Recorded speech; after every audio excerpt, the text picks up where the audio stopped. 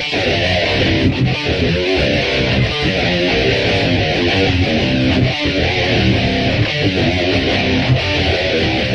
welcome to the Rebel Radio Podcast. It is finally here, episode 500. Pew, pew. Yeah, man, definitely worth some fireworks. It is July 4th weekend, and we have a no featured movie, a very special thing coming up, which will probably most likely be an annual July 4th tradition, because it would make sense just to do it again a year from now. That is the first ever 2026 inaugural class of the Rebel Radio Podcast Hall of Fame. And that's coming up later in the show. So you got to stay tuned for that, because we've got a lot to get to before then. But this is your host, Mark. This is Matt. Along with my other host, Matt. Wow. And no, you're good. You're good. and Long is down there too. He's hanging out too. And with the gummy bears. Yo, man. I'm here. Yeah, man.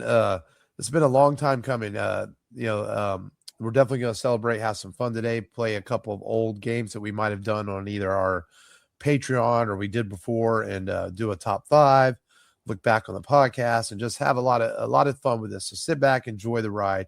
The rebelradiopodcast.com for all your Rebel Radio needs. The website has been updated with some new stuff lately. Follow us on social media so you don't miss anything at the Rebel Radio Podcast as well. Rebel Radio Pod on X, even though I never update it, but mostly Instagram and Facebook. Those are the places you want to find us. And so let's Twitter. roll in. And I want to get this thank you out early in the show. Thank you to anyone and everyone that's ever listened to an episode and still listens to episodes, because we do appreciate that. And there will be more thank yous. Mark. There will be more thank yous as we go. But how are you guys? It's been a good week, couple weeks, productive. Yeah, we took a week off to get ready for this. Yeah.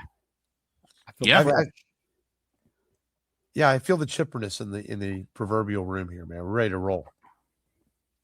I mean, Long's even fucking smiling, dude. Long never fucking smiles. He's hyped up on gummy bears, dude. He's locked in. My face hurts from smiling. So, no. Yes, congratulations, Mark and Matt, for the 500. Again, I'm just here. I just invited myself onto the podcast. You're a humongous chunk of that, man. I mean, you're definitely at least, you've got to be on at least 350 episodes at least by now. Maybe. Yeah. Oh, yeah. Easily. So, no doubt. Big chunk. And I guess we'll get a thank you out early on to our former co-host, Frank, who I think he did he return for like 400? I want to say he did. Yeah. And scheduling wise, we just couldn't work it out with him for this one. But yeah, man, he did a good chunk of episodes early on, and gave us some valuable insight. That's all I'll say without making a joke out of it. He liked it, He liked it. Yeah. I'm sure we'll visit some of those memories as we move along. Oh yeah, we love you, Frank, man. And you marry him? But a lot of podcasts, man, and don't make it to 500 episodes. So it is something I think to celebrate. And when you get old enough, you feel like you're worthy of a Hall of Fame. So that's what we're going to do later on in the episode. And we're going to start out with a little bit of history of the podcast and some podcast facts. The very first episode was actually titled Episode 0 because it was meant to be a test episode. And somewhere around like episode 8 or 9, I skipped 8 or 9, just went on to the regular numbering. Just a little interesting fact. And our early first 18 episodes or so, we actually recorded with Rockman microphones that were PlayStation mics or Xbox mics, because we had no idea what we were doing. I mean, that's just a fact. God forbid if you have to go on the Podbean site, not the Rebel Radio site, to find those old episodes. They are archived there if you really want to go listen. And we started out we'll go back even further into 2006 or 7, around there. Star Wars Galaxy is a very popular game, and we were active on the forums of that game. Anybody who's old enough remembers internet forums. They're still around, but just not used as much. And someone put out a call for an internet radio show, and they offered all the information how to do it. And I was like, oh, this is easy. All you do was hook up I can't think of that name of that, Winamp. Winamp was the server you used to hook up and broadcast radio. And I decided to put together a little radio show called the Rebel Radio Show. And and we just did. Matt joined me for several of that. Frank joined me. It was just really goofy stuff for about 45 minutes to an hour. Twice a week? I think we did it. I remember when we did Tales from the Cantina. Yeah, we did some funny stuff. We acted like characters, and we found just weird stuff on the internet. It was just kind of a fun thing.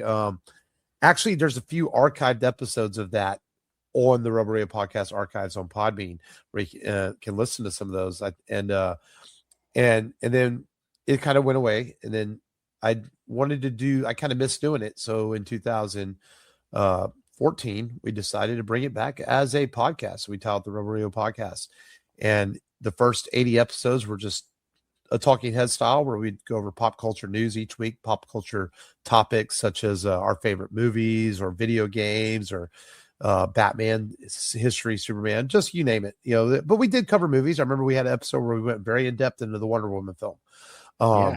And we were kind of taking a hit, just we're losing our steam. And then we had a Hurricane Harvey hit Houston, and we rebooted it with episode 81 because honestly, the podcast almost died between like episode 74 and 80. We did like 6 episodes over like 4 months. We just weren't finding the time. Things were really busy. Lives were happening. We had kids, things like that.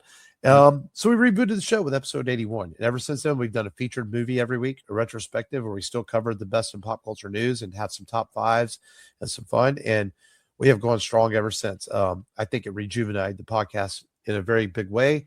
We've reformatted it a few times here and there. But for the most part, it's been very similar. And even going forward, we'll talk about the future of the podcast at the end. There might be some new stuff coming up on the show as we come up with some new sub features and things like that as we move forward. And now here we stand 12 years later, still doing our podcast, episode 500. And couldn't be prouder of it, man. It's a lot of fun. I do enjoy telling people about it. And for some interesting podcast stats, we've covered 9 Star Wars movies. We've covered 7 Godzilla films. We've covered 19 Marvel films. That's not just MCU. That's also like X-Men, Spider-Man, things like that. Covered 13 Batman films. And we've also covered 13 films from Steven Spielberg. He's our number 1 director. Episode 119 was not a movie. It was November of 2018, in which we paid tribute to the death to the life of Stan Lee when he died. And then for some interesting notes, some movies we've never covered, believe it or not, we have never done Close Encounters of the Third Kind, The Godfather, Platoon, Forrest Gump, Goodfellas, The Sixth Sense, The Professional, Children of Men, any Harry Potter movies at all, or Casino for Martin Scorsese. So just that's interesting. Yeah, just some interesting stats here. And nothing against Harry Potter. We just haven't done a Harry Potter film. Yeah. So just some interesting stats here from the podcast. We've done, I think, 6 of the Mission Impossible films. We've done about 4 or 5 Star Trek films, 5 or 6 James Bond films, several Westerns, and much to Mark's chagrin, some comedies along the road, which we're going to have some fun with that later in the show. But just some interesting stats about the show. And for anybody that wants to know a little bit more about us, man, my history of, I've been doing website work since, for many years, since 2001. I used to run a fan website for the band Taproot. And then I turned into a science fiction blog, trustmeI'mAJedi.com, which actually the Rubber Radio Podcast was linked to early on. And then, so I've always been kind of involved in multimedia, things like that as a hobby, not as my living. And of course, nowadays I do this and have a YouTube channel as well. And I'm a huge Star Wars collector, wrestling figure collector, longtime comic book reader. And I get to hang out with my 2 best friends every week and do this. And that's a little bit of my history. For people that might be a first-time listener, you never know. Guys, if you want to give a little bit of your pop culture history of yourself. I guess I'll go since I'm the newest host. My involvement is not as involved as yours, Mark. I myself have started my own podcast years ago called The Warp Cave, and you and Matt have Mark and Matt have guest hosted on there a couple of times, and we crossovered with your show. Yes, back in 2015, 10 years. I can't believe it was 10 years ago. Oh, no, 11 years ago. 11, yeah.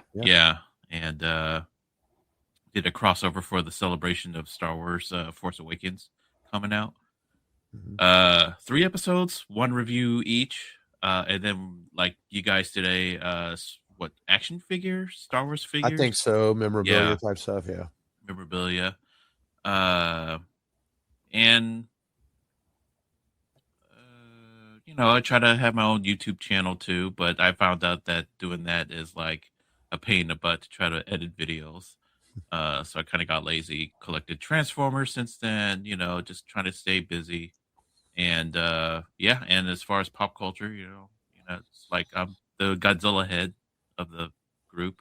As Absolutely, yeah. Yeah, also the Trekkie of the group. We'll give you both those Uh crowns.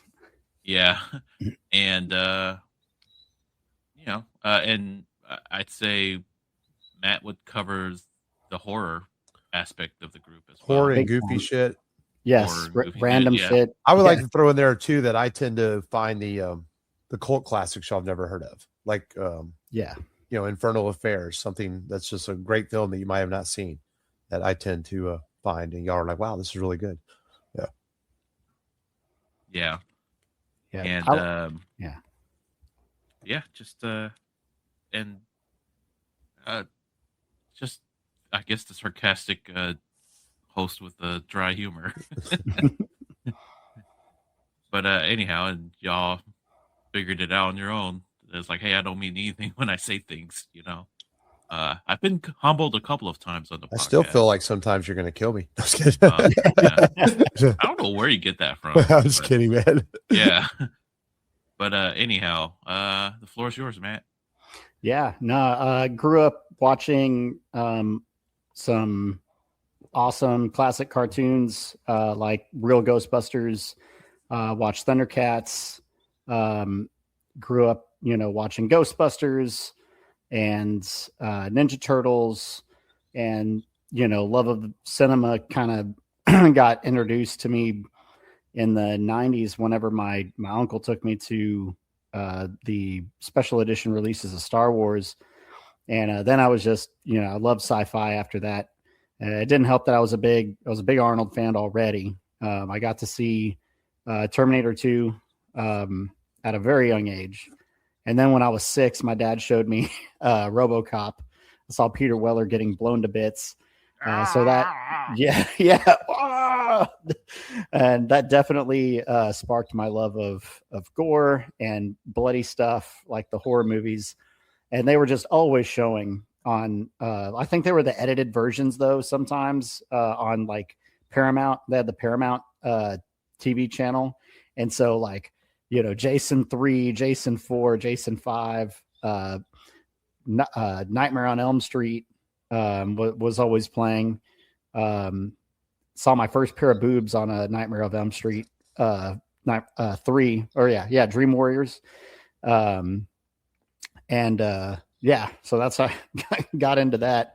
And just loved horror movies so much. I've seen some random ones. I've seen some horror movies that I don't want to watch again, like Terrifier. I just not that big of a fan. It's just too much sometimes. I'm a big Arnold fan. You actually have a limit. Yes, yeah, I definitely have a limit. I like the slashers. I don't like all like the crazy blood and the superfluous deaths, like having a chainsaw go up a woman's, cooch and up through her head, like in Terrifier. But I do like my goofy slashers like Sleepaway Camp. Those are campy. That's fun. That's funny to me. And then, I even like, as far as like the Arnold movies go, I'll even watch Hercules in New York just to watch him wrestle a fake bear. Because that's hilarious.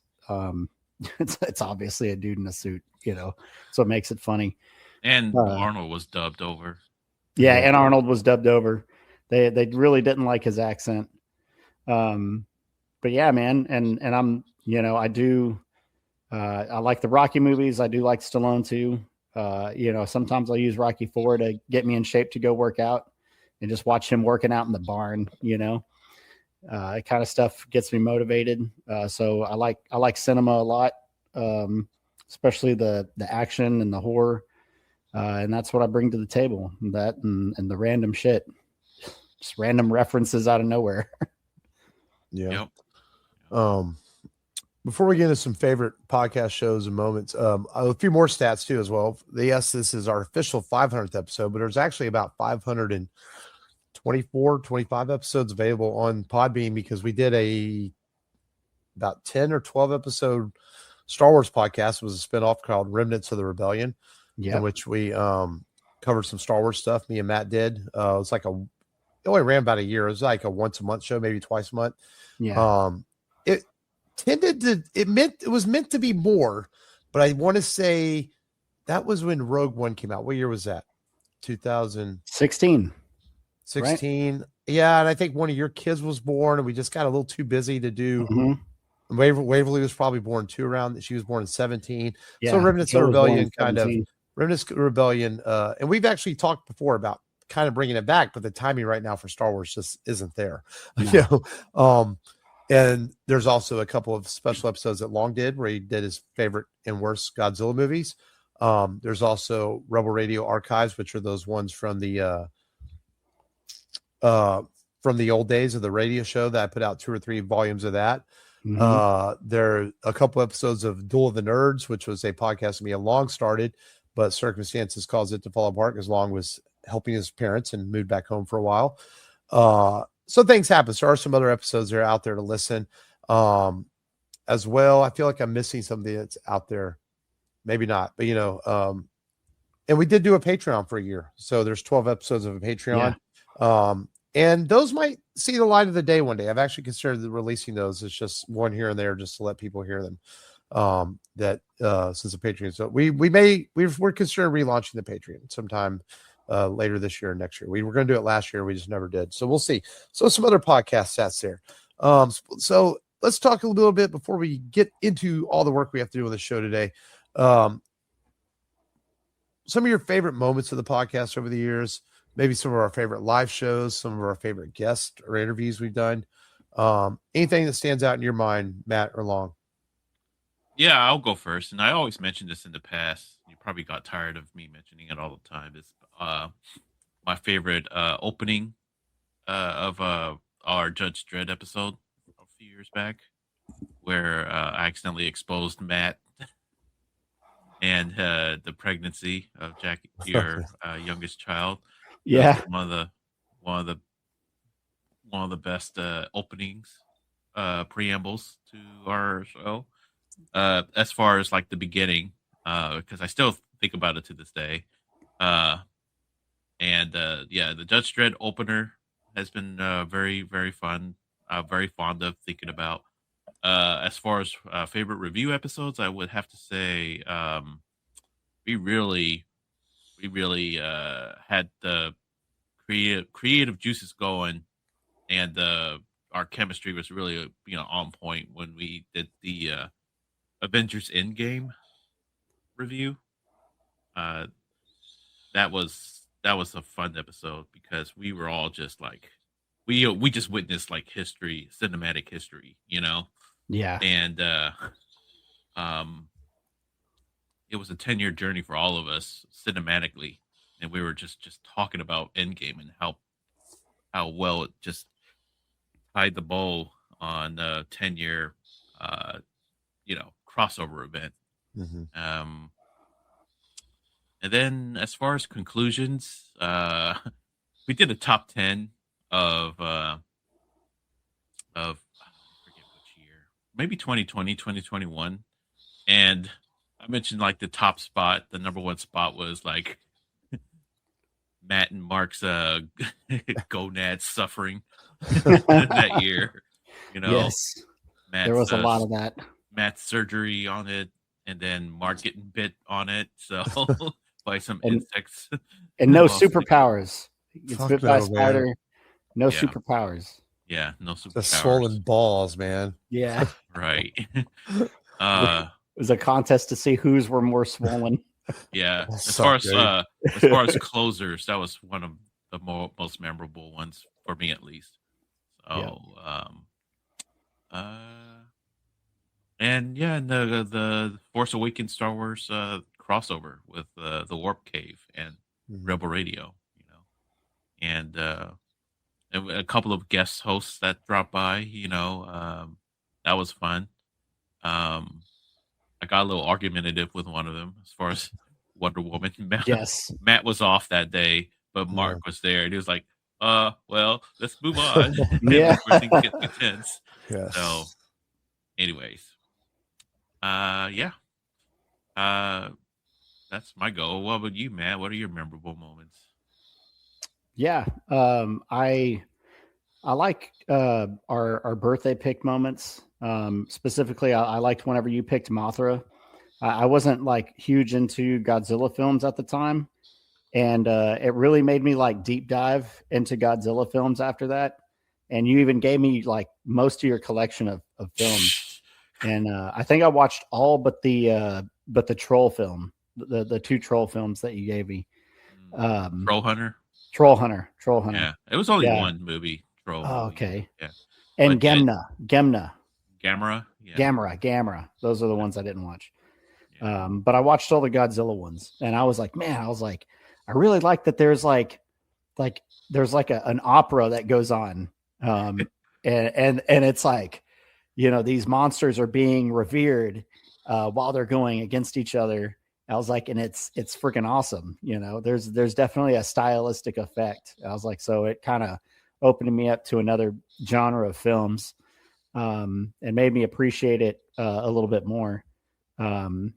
Getting introduced to Trek films whenever we did Wrath of Khan, and the original, and I'd never seen that before, so it was like one of my first OG Trek films to watch, and just getting introduced to Star Trek a little bit more, and then that time that Long just took over the show and was like, this is Long, this is the Rebel Radio podcast. I just like completely took off and ran with the intro of the show. That was really cool. Yeah, I remember that moment because Mark always does his long pause before he starts, and then I was like, "Oh, okay, I got to." You're like, "Oh, I'm gonna get in there real quick." Yeah. And then I liked that whenever we did Robot Jocks, because it's like who doesn't like a good penis joke? And there was the chainsaw penis in the movie, and I was like, "There it is. That's my moment. The penis joke." That's still a cool fucking movie. It is. They need to reboot it. But yeah, those are a couple of my favorite moments and shows. Man, there's been a lot, man. I really enjoyed this last. We didn't record it, but this last live show we did at Compalooza, I felt was great. Man, we talk about our chemistry. Thought we did really good on stage. I always that was probably one of my favorite live shows. I also enjoyed the very first live show. We did 3 shows at Misfit Toys. The first one was still the best. We were hyped that night. We went in there ready to go. The second one where Daniel came on with us was okay. Then the third one we did where that young boy kind of came on the show. That was okay. But the first one, man, we were just ready to roll. We went there, we sat down, we had some audience listening to us, and it was just a really good live show, I think. What did we talk about on that one? Did we do Army of Darkness? The Army of Darkness was when Daniel came on. I want to say Raiders of the Lost Ark. Yeah. Yeah. The first one. Or District 9, maybe. Oh, maybe it was Raiders of the Lost Ark, I think, might have been one where the young man came on and talked with us for a little bit. Yeah. And the kid was great. Hey, we he was fun. So that was some good times there. I do, as much as I'm introverted and I get nervous about doing live shows, I do enjoy doing them once I get into my element. You just have to remind yourself you're in a room full with a bunch of other fucking nerds, so it's okay to be nerdy. As far as movie coverage, man, I mean, a lot of the moments you guys mentioned, I really, Batman. Batman films are always John Woo films. I really enjoyed, recovering like The Killer and Hardboiled. I really enjoyed The Better Tomorrow a couple years ago. I picked it for my birthday movie because Matt had never seen it before, and that was really to get his views on one of the Woo's classics. And And then there's some things that surprised me too, like Eternal Sunshine of the Spotless Mind. I thought we all had never seen it before, so we had some really good reactions to it. I thought that was great. And that's going to be a question later on. We have a Q&A towards the end of tonight's show where we're going to talk some questions and we're going to talk about movies that surprised us. Yeah, I think that was a great one. I did enjoy the crossover back in the day with the Warp Cave. That was a lot of fun. I'm trying to think some of the guests we've had. I mean, when we did Saving Private Ryan, it had Rob come on. He was a veteran himself. That was a great episode. We had Rob Zip come on and do why is the movie escaping me? Forbidden Planet with us. Yeah. Jason Elliott, who did RoboCop with us, and he came on a couple of times in one of the Alien films. Jason's a great guest. Brandon from Colt 45 came on and did Con Air with us. That was a hell of a lot of fun. Clint did The Hateful Eight with us. I'm trying to knock out some of these guests that joined us for the show. I don't want to leave anybody out. It's just good guys that joined the show. Rob also joined us for Scott Pilgrim vs. the World that time. That was a lot of fun. Carrie, who joined us for The Empire Strikes Back, our 200th episode. We had Justin and George on back when they promoted the comic book way back early in the early parts of the show. That was a lot of fun. Lindsay is her name that Long got in an argument with. She did American Werewolf in London with us, and we got in the argument about Wonder Woman. Yeah, man, I hope I didn't leave anybody off that's been a guest on the show, but we thank all of you guys for coming on the show and making it part of it what it is. I want to give a shout out to Craig Price over there at Matinee Heroes. I've been on his show before, and I feel like one day we'll have to get Craig on ours. Craig has always been a good supporter. Did not get to run into him at Compalooza this year, but Craig's always been a big supporter of our show and always encouraging me.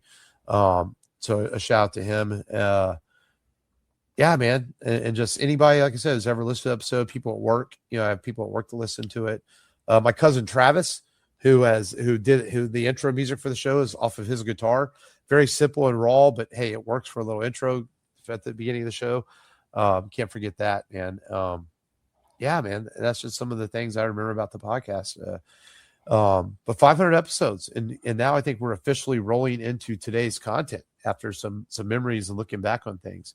And I guess we'll knock out pop culture news real quick. It's really not that much because we haven't recorded in 2 weeks. It's really just a couple of trailers. We got our first look at Spider-Man Brand New Day, or our second look at Spider-Man Brand New Day, I would say. Yes. With a new trailer, which I find this trailer hilarious because remember the trailer for No Way Home had things edited out of it, right?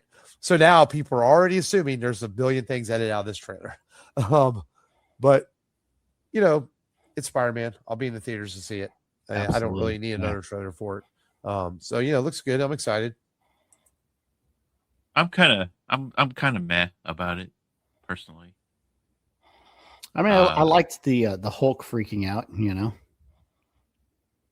I'm personally not the biggest Spider-Man fan, but I enjoyed the last movie.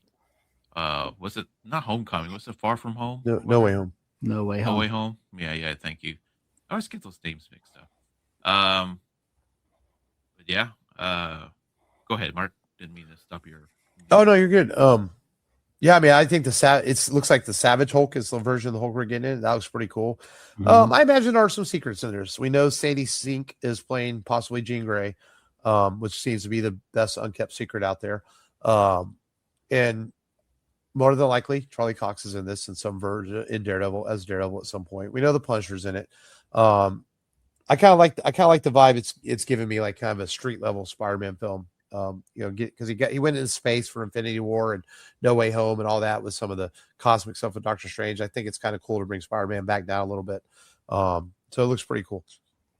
We also got our first look at, we were wondering what had happened to the DC animated films because we had not had any in a couple of years. And well, they're rebooting it in a sense, and we're going to get a 3-part Nightfall trilogy of films. Based on the very popular comic book from 2000 or later than that, maybe 98, 99, in which Bane breaks Batman's back, which, of course, Christopher Nolan borrowed from some of these storylines in The Dark Knight Rises. And we got, there's no release date. Rumor is it's coming out in September, but having read the books and stuff, I think the trailer is spot on. It looks freaking cool. Of course, in the story, Batman gets his back broken, and Azrael takes it over as Batman.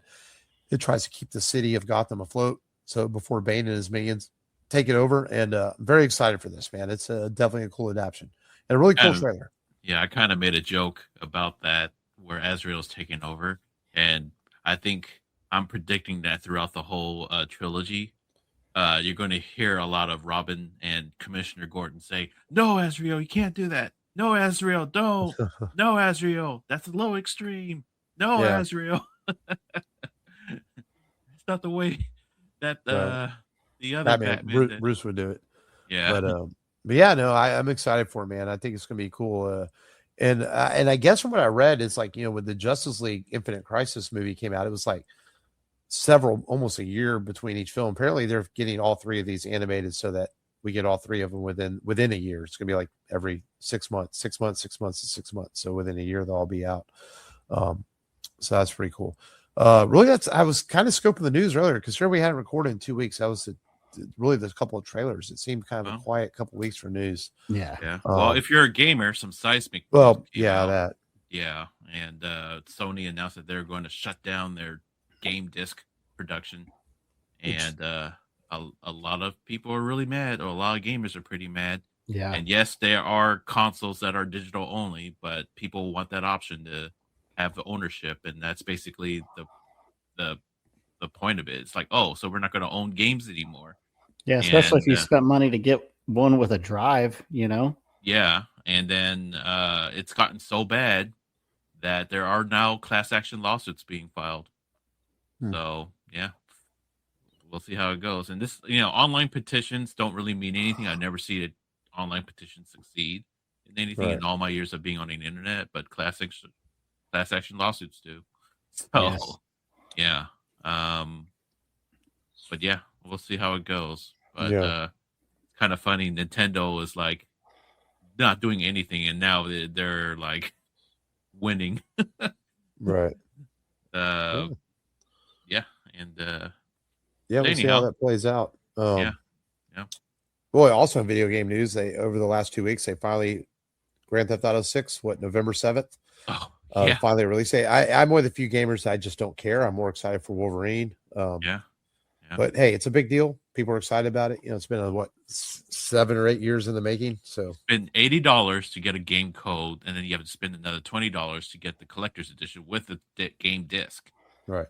And they're like, okay. And then this news about PlayStation coming out with, a little coincidental, I think. No, this is some BS, right. But whatever. We've got enough issues going on with the gaming world. It's always like you hear about layoffs happening constantly. You hear all these studios being bought up and then getting shut down. Memory chip making is expensive. That drives up the prices of 3 video cards and PC memory. It's just a march of bad news the last 2 years, as far as the video game industry. So, but anyways. Not to get too much of a downer for the special 500th episode. Let's do some fun stuff. This is something we if I remember right, Matt, when we started doing this, we did on the Patreon, right? And then we brought it over to the regular episode for about a year, and we kind of gave it a rest because we didn't want to do the same thing every month, every year. So we thought we'd bring it back at least for this 500th episode. And it's the thing we do called This Month in Pop Culture History, in which Matt searches the internet up and down and finds things that happened to pop culture this month that were of significance to our podcast. Of AI now. And discuss some of those things. So Matt, let's have it, man. This month in pop culture history for the month of July. Yeah, I got plenty this time. So in 91, in this month in July, Terminator 2 Judgment Day came out. Oh, that might be our next episode. Could be. Which we did cover Terminator 2, like episode 82 or 83. So we're going to revisit it. Yeah. And obviously had to start off with that one.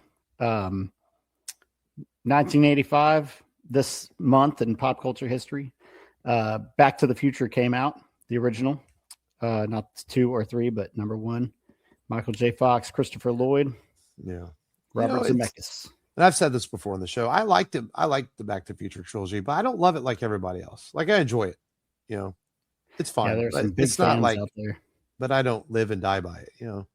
Like if it didn't exist and I'd never seen it, I'd probably okay, you know, I wouldn't miss it like I would miss Indiana Jones or Star Wars or something.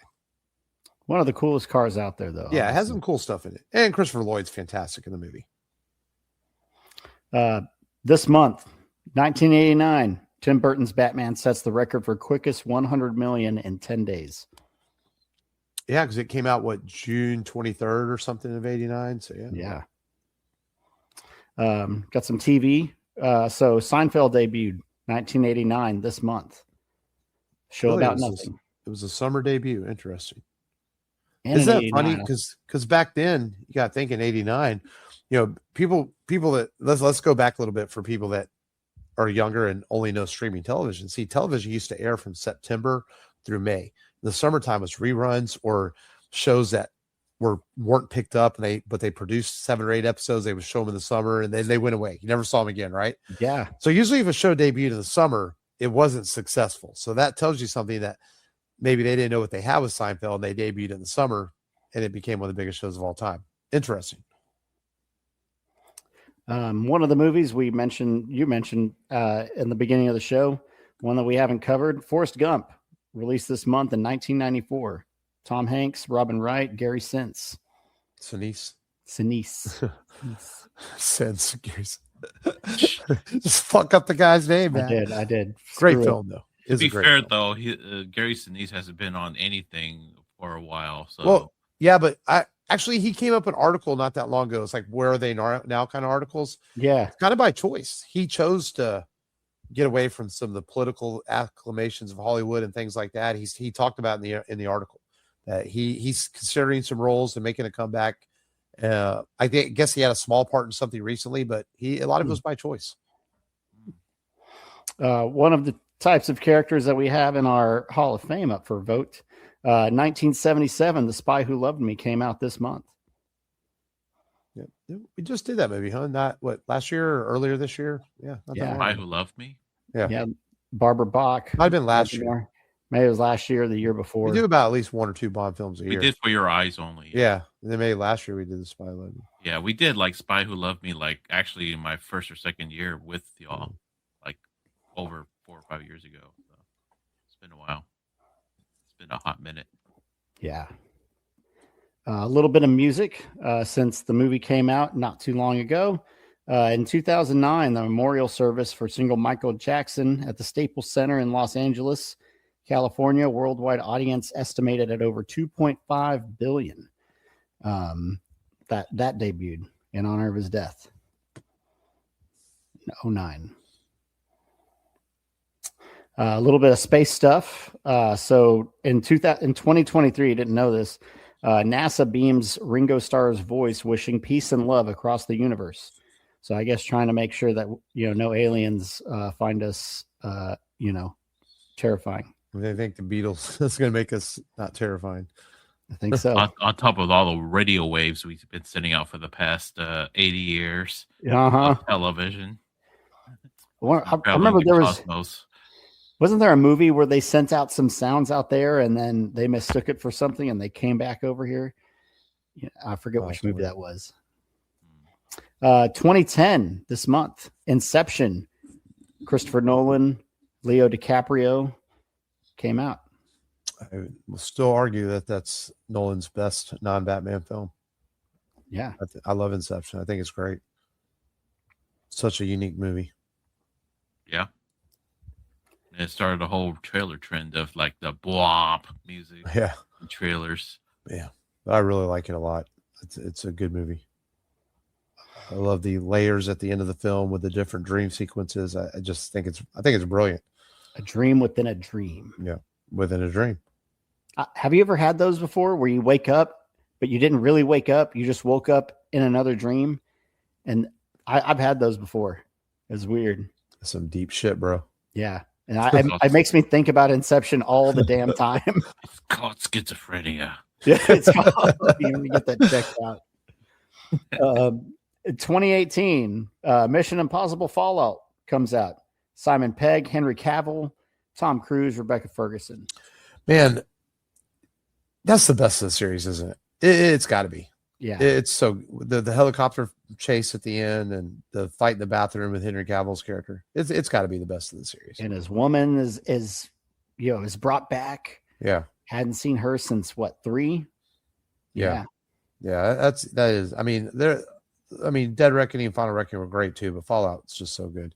Mm-hmm. 94 this month, former NFL running back and person who almost played the Terminator, broadcaster and actor O.J. Simpson charged with murder. Yep, that's right, man. That's back when the NBA Finals used to go all the way into July. That's right. Mm-hmm. Yeah, and now the NBA Finals ends a little bit sooner, but yeah, that's crazy.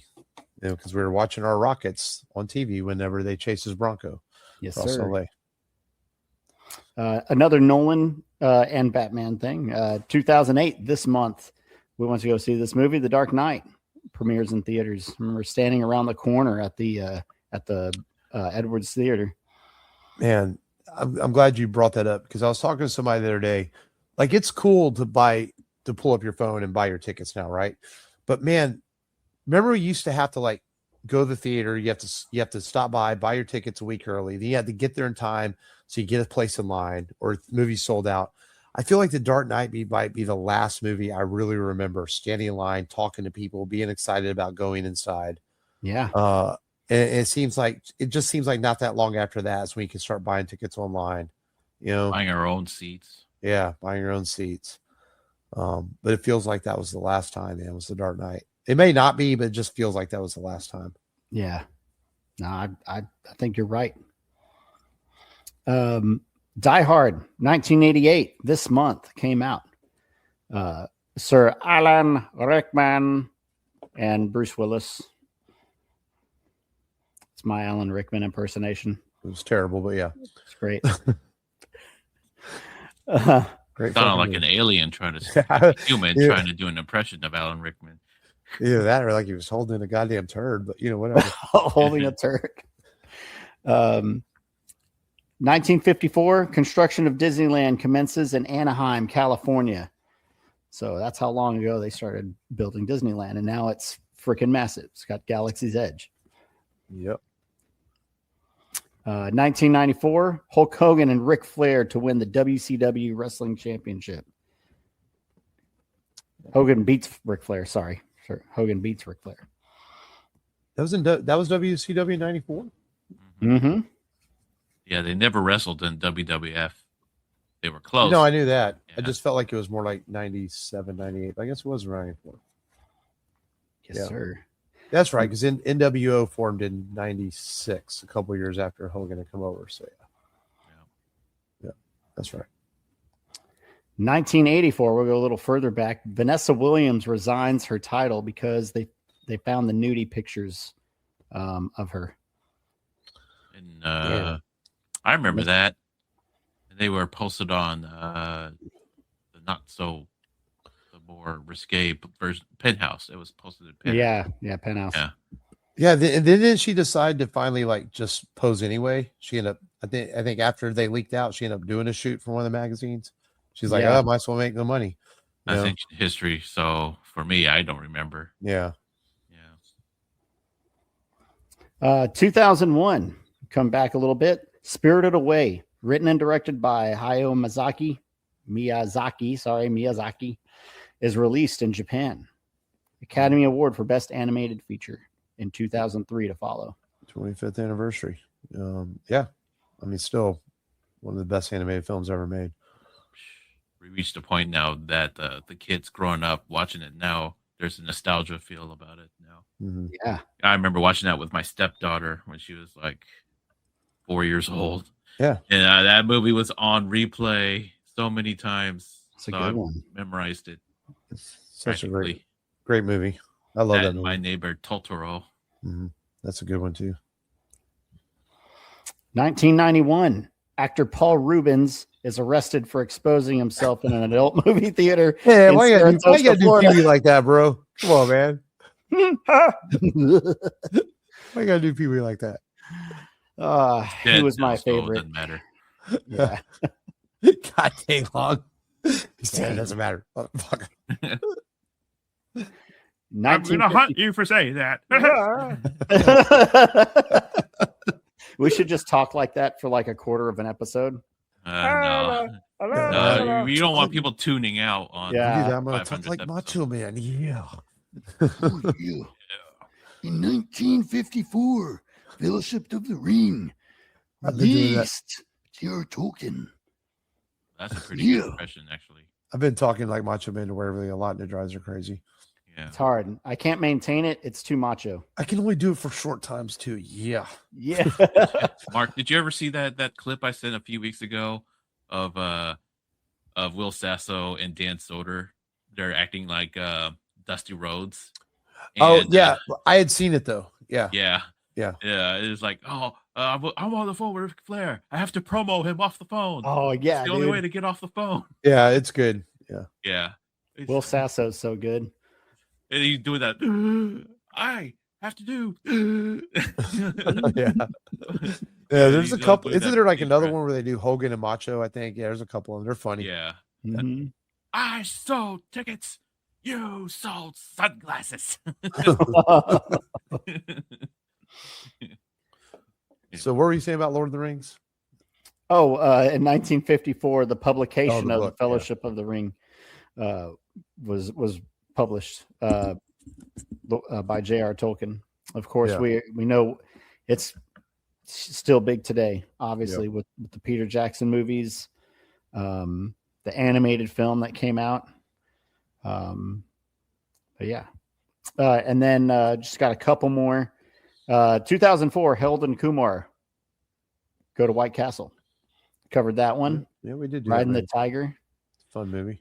Probably the only movie that I know of that when it came out during that time that really addressed the subtle racism that Americans have towards Asians. So yeah, so stereotypes as well. So, but it's the first comedy movie of any major release that really addressed that, which is funny at the same time too. It's a comedy Right. classic in my eyes. So, Yeah. And then lastly, but definitely not least, 30 years ago, Independence Day was released. And you mentioned the 96. Star Wars special editions earlier. It had the special edition trailer in front of it in theaters when you saw Independence Day. Ooh, yes. I was so hyped to watch that movie when I saw it in the Yeah. special preview. I still like that movie. It's a goofy, fun alien invasion movie. We will not go quietly into the night. Now, how old were you when that movie came out? 96, I was 10. You're Yeah. 10? Okay. Yeah. Yeah, I remember sitting in the theaters. I was just mesmerized by it. It was just something about that experience, watching it with an audience and the big screen, and then all that, disaster happening, Mhm. so well made. The special yeah. effects are so well made. Still holds up today. I like it, man. Too bad the sequel sucked, but that was great, man. Yeah, this is, yeah. All right, man. Good job, Matt. You brought it, man. Thank you, sir. All right, we're gonna do a fun little short game here to break things up. This is the thing. I think we did this on the Patreon where I would take a script from a movie and see if Matt could guess it. This time I have two people who can guess it. I will not say the characters' names because sometimes it gives it away. I will just say that your two hints is it's a movie we have covered and it's a comedy. So I'm going to read the page from the script and see if y'all can guess. You don't win Wow. shit, huh? I heard a lot of pain when you said comedy. Yeah. You don't win shit except like if you beat Matt or he beats you, you get to say, "Ha, I won." So, all right, character number 1. A plane tonight. Why didn't you hang with me and we'll fly out tomorrow? Character number 2. You can pull that with your wife. I can't. If I'm home tonight, the marriage is a hysterical fact, or it is a historical fact. It's going to be a bad enough getting along with a house full of relatives, but if we're fighting, it's going to be hell. Character number 1. What's the difference if you're home at 9 tonight or 9 tomorrow morning? Character number 2. To her, failure to meet one's scheduled arrival time is sure sign of, this is like written in type, sign of marital infidelity. Character number 1. She doesn't trust you. Character number 2. Does your wife trust you? Character number 1. No, but I screw around. You don't. Character number 2. My mistress is a line of cosmetics. Devil Wears Prada. No. Major League. No. Here's one more hint. That happens in the first 3 minutes of the movie. Holy crap. That script, that part of the script. Planes, Trains, and Automobiles. That's it. No. What? It is? That was Neil and John at the beginning of the movie as he's trying to catch his flight and get out of the advertisement Oh, meeting. shit. Bam! Dang, dude. So Long The time. whole movie once, and it was for our podcast. yeah, I love that movie. I watch it every year around Thanksgiving. Dang. All right. We usually do a top 5 at the end, but we're Oh, gonna do there's a only top one 5. question of that. I thought you had multiple. Yeah, I just did one. Yeah, I did one today. Oh, okay. Yeah. We have plenty of other stuff to do here. Oh, yeah, gotcha. Lenny. So yeah, we usually do our top 5 towards the end of the episode. We're gonna do a little bit different today. We're gonna do it here kind of in the middle of the episode. I thought we'd just do a fun one. I don't think we've ever done this, and that is very simple. And right after we do the top 5, we're gonna get into things we watched or played this week. And I thought about this because I did go see Toy Story 5, which I'll talk about in a little bit. So I thought we would do our top 5 favorite Disney characters.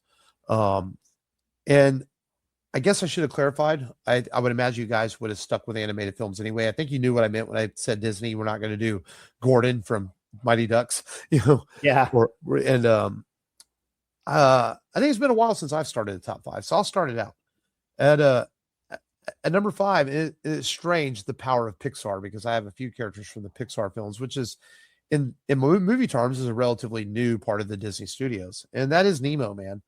I think Nemo is a really fun character from the Finding Nemo movies. I know Dory's the easy pick because everyone falls in love with Dory, but I always felt sorry for Nemo. I wanted him to get rescued. I wanted him to be successful. I just related to Nemo more than I did do Dory. And I love Nemo as a character. And there's a lot of rumors floating around that there's going to be a third one in the series, that they're going to do another one. So rumor is that it's Finding Marlin when they go to search for Nemo's dad. I can see that after Finding Nemo, Finding Dory, it makes sense. Let's do Finding Marlin. That's been the rumor, but I love the character of Nemo. I think he's a great character. Nice. Matt, you're next. I'm going to say because of the success, and her song was also covered by Eddie Vedder, I'm going to go with Elsa from Frozen because she's very popular. Frozen's huge. And yeah, she's very important to the Disney franchise, especially as of late. Frozen 3 apparently next year, I think it's coming I out. think so. Yeah. 2027. For me, the mouse that started all, Mickey Mouse. Gotta have Mickey. Character. So classic Mickey, and just for the iconic silhouette, very recognizable. Yeah. One of the most recognizable characters, and yeah, I have to start with Mickey. All right, number 4. I know you guys say I don't like comedy, but I do appreciate the voice of this character. I think he's a funny guy. I've always liked him. That is Mike Wazowski, voiced by, of course, Billy Crystal in the Monsters movies, Monsters University, Monsters Inc. Mike is just a goofball of a character, but he's kind of like ends up being the smart guy of the group, even though he's always getting into trouble. He ends up finding a way to solve things for him and Sully as well with his shenanigans. And such a great character. You could put Sully in there with him. Such a great duo of characters, but Mike is such an amazing character. That's a series I would love to see another movie. I would like to see another Monsters movie. I think they're a lot of fun. I really enjoyed those films. I've got Goofy, one of the OGs. He had his own Goofy movie, and it was awesome. I remember watching it. You can definitely relate to it more now, if you've got a teenage son. But yeah, man, he's one of the core members. He was, a very comedic member, and he's still a funny character today. My number 4 is Wreck-It Ralph. Kind of Yeah, another he was dog. right there on my list, but he didn't make it. But great character. Yeah. I like Wreck-It Ralph. He's an endearing character, flawed, kind of dumb, but he's good at one thing. He likes to wreck things. And man, Villains trying to find his own hero story. The first movie, I didn't like the second movie very much. the second one wasn't as good. But how good is sometimes the casting director at Disney who casts these voices, and like John C. Reilly is just perfect. or like Tom Hanks is perfect for Woody. It's I'm just gonna amazing. wreck it. Yeah, it's amazing somehow how they're able to pull that off. Great choice, though. At number 3, man, I had to pick at least one character for my favorite Disney movie of all time, The Jungle Book, and I went with Baloo, the bear, because Baloo is the conscience of the movie. He heaves Mowgli on his journey, in the Mowgli, jungle. Yeah. Mowgli, yeah. Baloo is the conscience of the movie.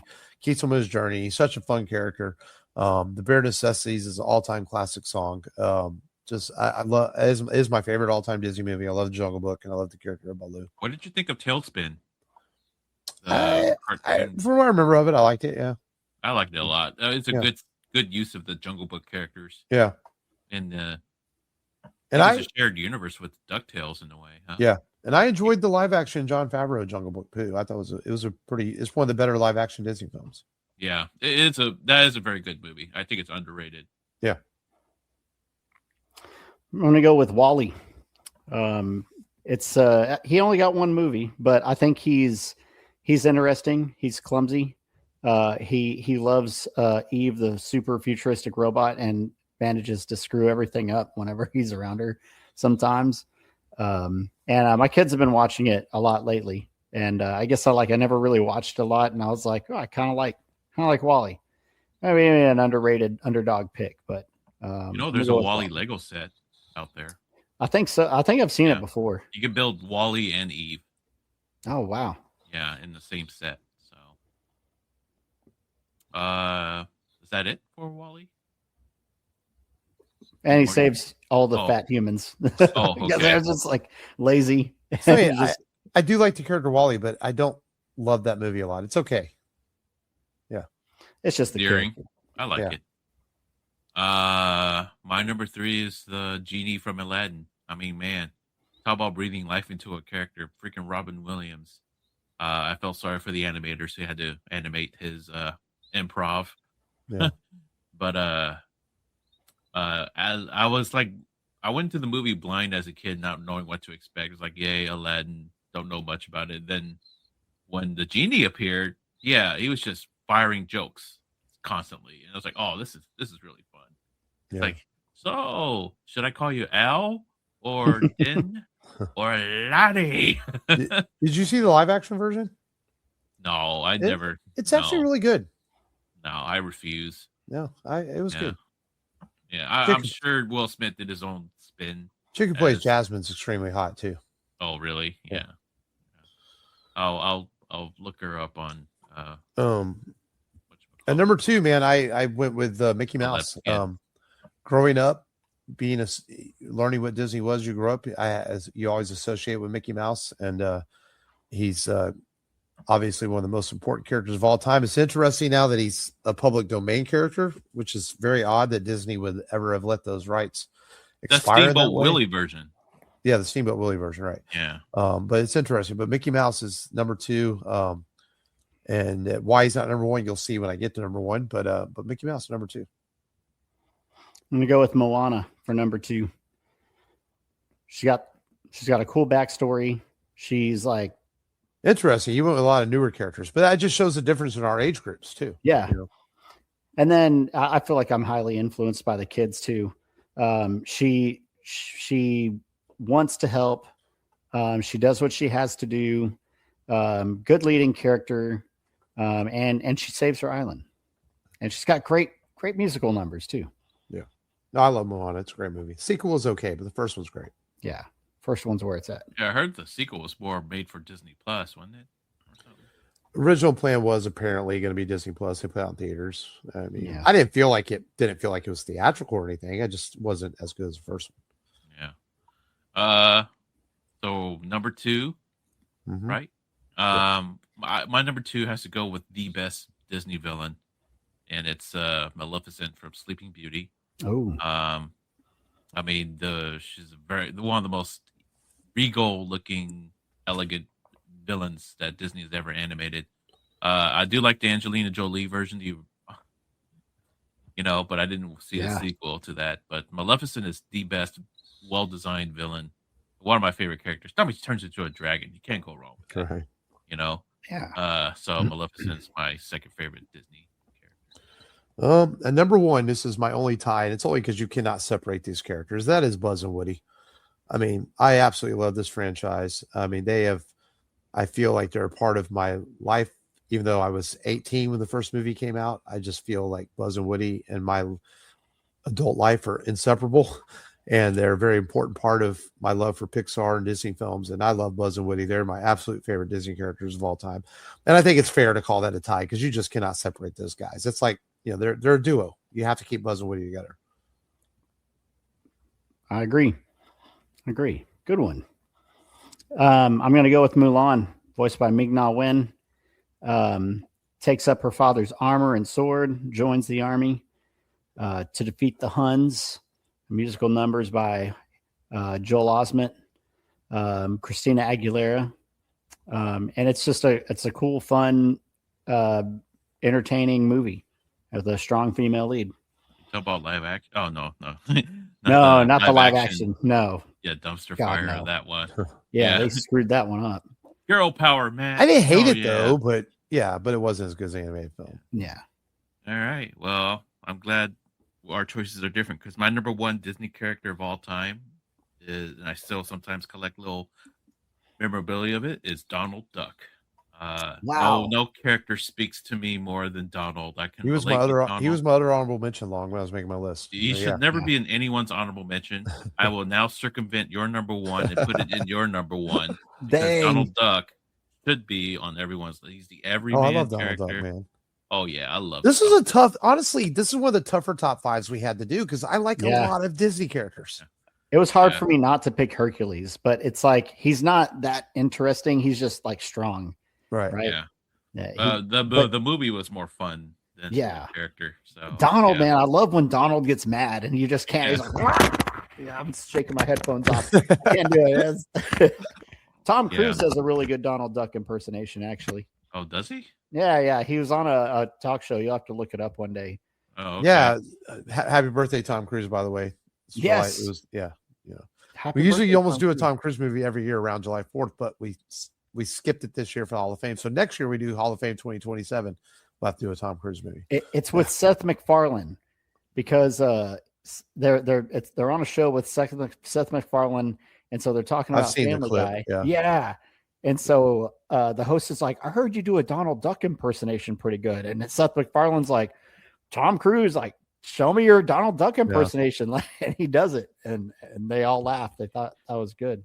Yep. And, Okay, Mark. At this point, write down this timestamp at 1:02 because this could be the optional part into part one, going into part two. But yeah, mark that down. I don't have a pen with me, but it's okay. I got it. Probably just gonna release it as a whole fucking episode. Whatever. Oh, okay. Give them the whole thing. Give the Very whole good. thing. The All whole right. foot long. Well, We that are part 1 out, hour at in, least. folks. We're 1 hour in, folks. We still have plenty to do. So hopefully you're staying with us and enjoying this, man, because we're having a lot of fun doing it. Yes, 'cause we are tied down. This is a segment we sausages. usually do within the first 10 minutes, but we're doing it right now. These are things we watched this week, things we checked out. I know I checked out some movies in the last couple of weeks. Should I go first? I'll go first. You go I'll be first, then. brief. You guys are gonna hate me, but I didn't have a chance to watch Project Hail Mary yet, so no spoilers, please.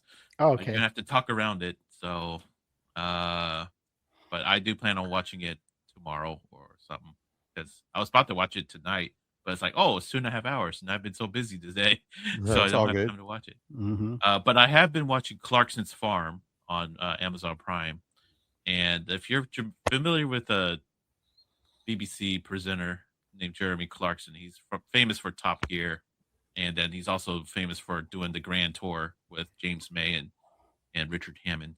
But it's just really, I binge watched the last 2 seasons of Clarkson's Farm, and it's about him just trying to run his farm, and it's very entertaining. It gets really graphic though, because they don't censor any of the animal births that happen or some of the illnesses that some of the farm animals have to suffer through. It gets a little graphic with the blood and stuff and the animal shit that you see.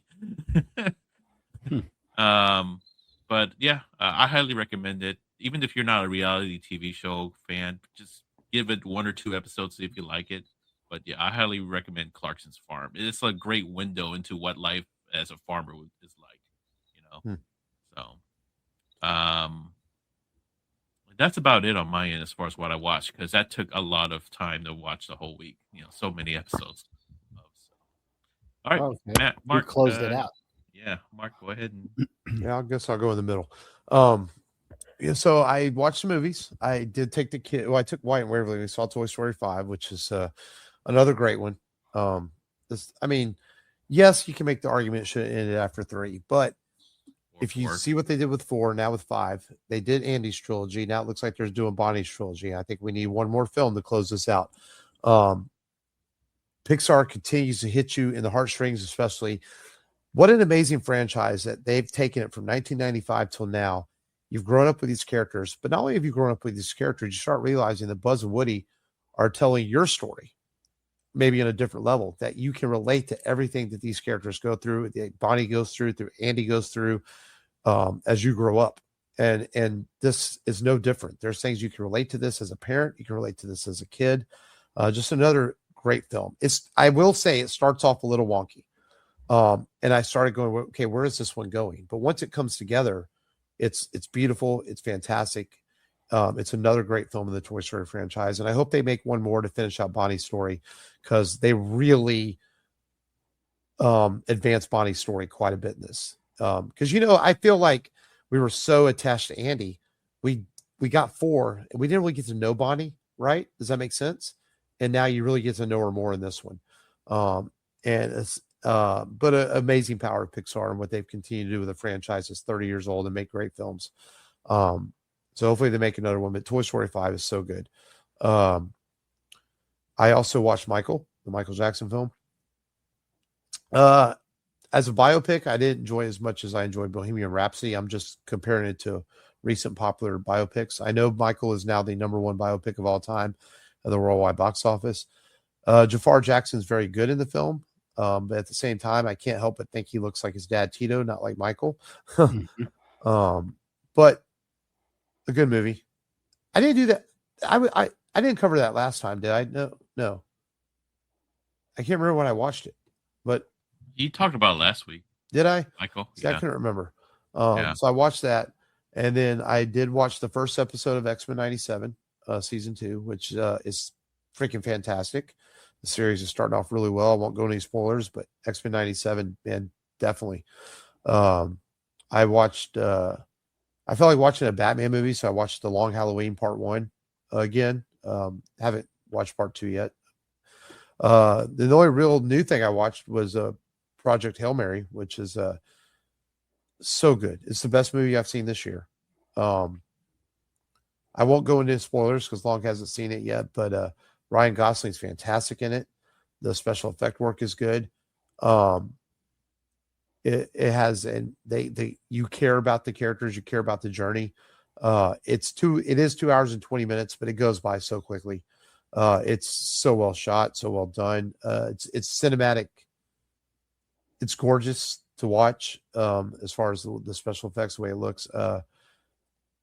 I think Gosling should be nominated for an Oscar. I think it should be nominated for Best Picture. And I'm not even an award guy, but I think this movie is very good enough to be those things. I was really surprised how much I really enjoyed it. Highly recommend Project Hail Mary.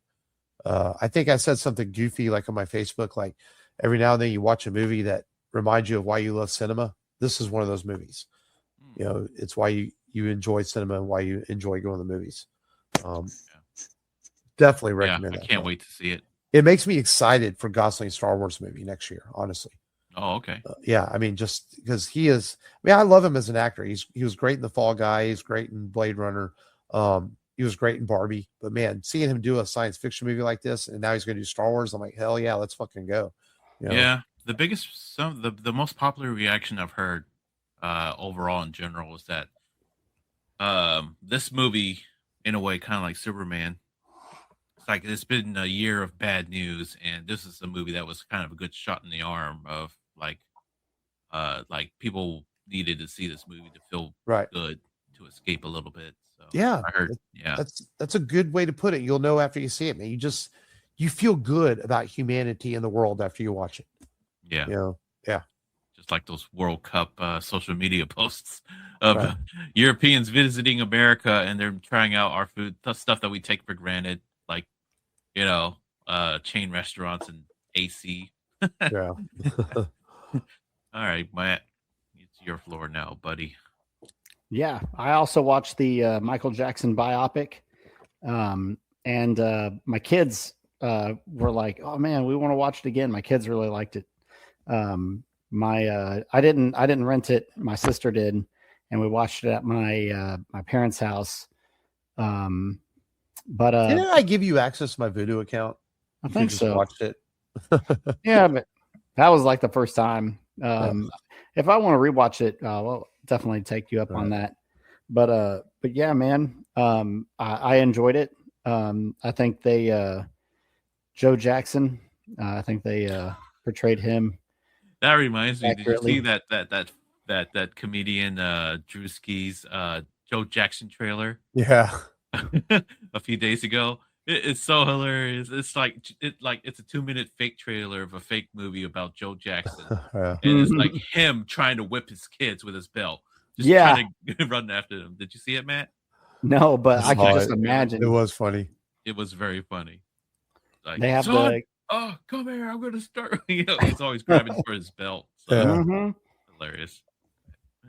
Sorry, Matt. Didn't mean to. No, interrupt. you're good. I thought the musical numbers in the movie were good. And Yes. Jafar is very good. Miles Teller showing up in the film. Mike Myers. I was like, that's Mike Myers. Wait, he's in the movie? Yeah.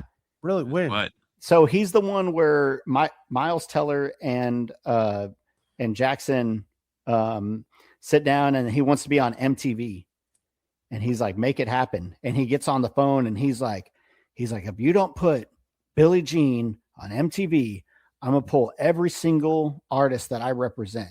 Billy Joel. He's like, I'll pull all of That's them. Mike Myers? That's Mike Myers. Oh shit. I did a double take. Like at first I was like, that's Mike Myers. And my dad. I mean, I my saw dad's Myers. like, I knew "No." Miles Teller was in the film. I didn't realize that was Mike Myers. Yeah. And I was like, dude, I haven't seen Mike Myers in anything. Like, Yeah, and Miles in a Teller's almost while. unrecognizable in the movie too with his long hair. But then I Yes. realized it was after a minute. Yeah. Yeah. Rooster. It was Rooster. Maybe because of like the one time, like his hair is so long, it makes his big ass head look small. Well, and then I feel like not only that they gave him long hair, but it feels like they gave him some makeup to make him look a little bit older. Yeah. You I think know? it did something to him, Yeah. to his face. But I enjoyed the film, especially the thriller with the Vincent Price movie playing in the background, giving him the inspiration to pick Price. And then, but I don't think they gave any credit to Van Halen in the film, because he for Beat It, sorry. For Beat It, they didn't give any credit to Van Halen. Which Van Halen, he completely redid the guitar stuff in that film and provided the solo. Right. Do you feel like you saw Bohemian Rhapsody, right? Mm-hmm. Do you feel like Michael was almost a paint by numbers, just like Bohemian Rhapsody? The way it's Similar. shot, the way it unfolds. Formulaic, you mean? Yes, formulaic. There's a scene where Freddie Mercury goes in and tells him he wants to make a opera record, which is Bohemian Rhapsody. Michael Jackson goes in and says, I want to make cinematic music videos. It's like the same fucking scene. I felt Yes. like that. Yeah. But hey, Yeah. it works. It works. It has right? a method. It works. I still enjoyed Michael, but yeah. And then, so good film. It was better than the next one that I'm going to mention, and that's Forbidden Fruits. It's What the fuck is Well, that? I saw it. It's like a Mean Girls movie. It's a bunch of like random new female actresses, and it's kind of like a mix of The Craft and Mean Girls and Heathers, about these 4 girls that work in the mall. 3 of them are apparently like witches. They confess their sins to the ghost of Marilyn Monroe, and they work in a fashion store, and so it's Oh it's, Lord, hour and 15 yeah. minutes is Matt's derailing the fucking podcast. but I watched it. It looked like something that the wife would really like, and so I was She like, liked "Yeah, it? let's watch it." She did like it, Oh, okay. but it was a different film. It was very different. And then, of course, I watched Project Hail Mary. No spoilers. It's a good, uplifting movie. I like Ryan Gosling in it. I like how it promotes like friendship and stuff like that, and just caring about each other no matter where you come from. That's really cool. It's very feel good, man. And can I say something? Watching it felt good. It's legitimately naturally funny. Yes. None of the jokes feel forced. Like Ryan Gosling is so good in it that it feels very natural, you know? And so you laugh at the jokes because you don't expect it, because it is natural. Right. And it's not that it's a comedy, but there's some moments, heartfelt moments in it that like, okay. And it makes you smile and chuckle. Yeah. Yeah, there are. And yeah, man. And the whole premise is, of course, saving the earth, but they, put that in the trailer. If you've seen the trailer, then you know what the movie's about, essentially. Yeah, exactly. The movie yeah. is much more than what the trailer is. Yeah. Yeah. But yeah, it does have more themes. And I like how it makes it dramatic and funny and feel good. And it also makes you care. You genuinely care about these characters. Yeah. And very much so. Very, very cool. I like it. I liked it a lot.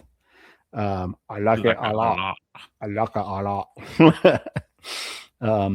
Other than that, to put on some Chainsaw Man. Stuff. Huh? Chainsaw Man. Chainsaw. I did not watch Chainsaw Man. You had 2 weeks, bro. I know. Give me another 2 weeks. I'll watch it. I did watch. I watched Face Off because I just wanted to watch something, something cool.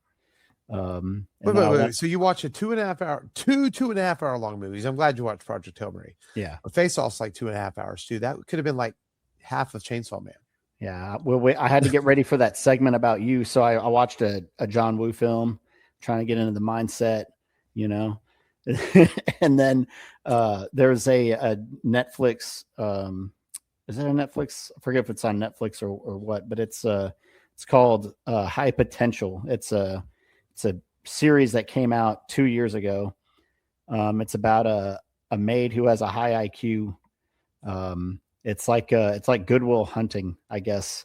There's a cleaning lady. She well, sort of like a version of it, It's like a high IQ maid finds police work while she is cleaning the police station office that she works at, and she solves the crime for them. She completes the crime, and they come back in the morning and they're like, whoa, who changed this? And then they're like, well, why do you think this person did it? And then it turns out she's right. So then they end up using her as a consultant, but only on the agreement that they help her find her estranged husband who disappeared, and she doesn't know where he went. And he's been lost for years. So it's her journey to help them while they help her. I've only watched a couple episodes, but it's interesting. Kind of hokey, but that's great. It's something. Awesome. Yeah. Glad you've expanded your viewing adventures there. Yeah. Goodwill Hunting about maids. Gotcha. Yes. All right. Well, we've got one more fun game before we get to the fun stuff, before we get to the roast of Mark and then the highly anticipated 2026 Hall of Fame. So me and Long had an idea for a podcast where we Long is very much into debating things. It was kind of at a time you were, like not debating to argue, but just to have fun with it. So we had started a podcast called Duel of the Nerds, and we had a website and everything, and we did 2 episodes, and it just sort of stopped because of things that happen in life. And whatever. It's okay. We could always bring it back if we wanted to. So we decided to bring back a small version of Duel of the Nerds. The idea of Duel of Nerds was we had a topic like, let's just say, for instance, the RoboCop original, the RoboCop remake. And we would debate the original and the remake. We would each have one, and we would go into it and come to a means at the end of the episode about the 2 different versions of that film.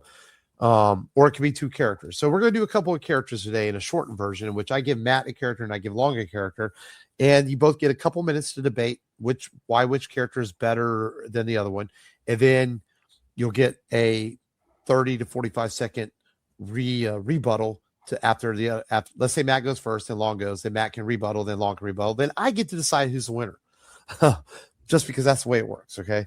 So for today's Rule of the Nerds, I picked a couple of characters from one of Matt's favorite actors, that is Arnold Schwarzenegger, from a couple of his films, and Matt is going to get Jack Slater from The Last Action Hero, and Long, you get Quaid from Total Recall. Yay! And Matt, since you're younger, you get to go first. I appreciate it. Well, a quick summary of Jack Slater. He's got the plot armor. He can come out of explosions and gunfires. Where's Jack Slater from again? He is from Last Action Hero. Okay. Last Action Hero. And so he always gets his man. He never dies. He doesn't have to reload. He's a great marksman. With a big ass gun too, and he's got such a big gun. AC/DC made a song for him called "Big Gun," and even whenever he goes into the real world, he still wins. A great soundtrack, but yeah, he has a great sense of humor. It doesn't even matter if there's nerve gas around him falling in a tar pit; he comes out of it clean, unscathed, no nerve gas inhaled in his lungs. So he is a marksman, tough guy machine, takes out a room full of bad guys, and he has plot armor. And I feel like nothing can take him down. You got about 20 seconds if you want it. And then he's got backup. He's got that chick who played Sonya Blade, and she wears short shorts. So take that. Well, okay. Unlike Jack Slater, Quaid is from the movie Total Recall, science fiction genre. Just like Last Action Hero, it has its own bits of eccentricities.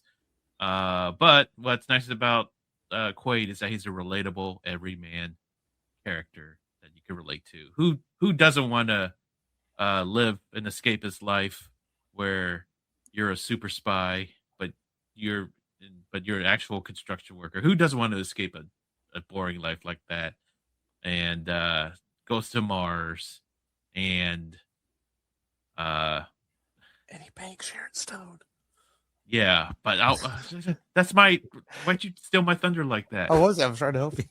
I know what I was doing. But yeah, he bangs Sharon Stone. Gets his junk grabbed by Sharon Stone too in one of the monologues.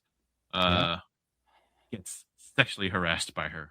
No, in front of so yeah, his eyes bug out. He gets to see three boobed women. He gets he's a master of disguise as well. Using that mechanical chick head or chick to go through an airport scene. Innovator of the X-ray scene of the Mars spaceport. Gets to pull a bug out of his nose, a tracking device from his nose, which is kind of weird and random. Has a killer Austrian accent as well, and yeah, you got about I like 15 him. seconds. He's cool, and his wife is Sharon Stone, and there you go. All right, Matt, you're get about 30, 45 second rebuttal, then Long gets rebuttal, then I decide. Yeah.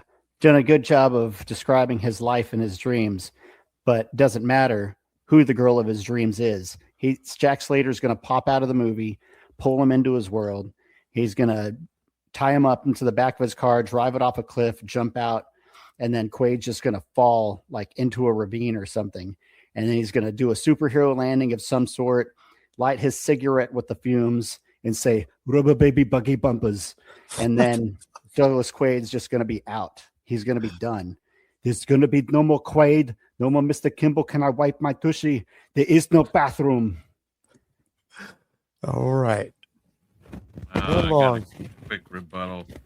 People still remember Total Recall versus whatchamacallit, Last Action Hero.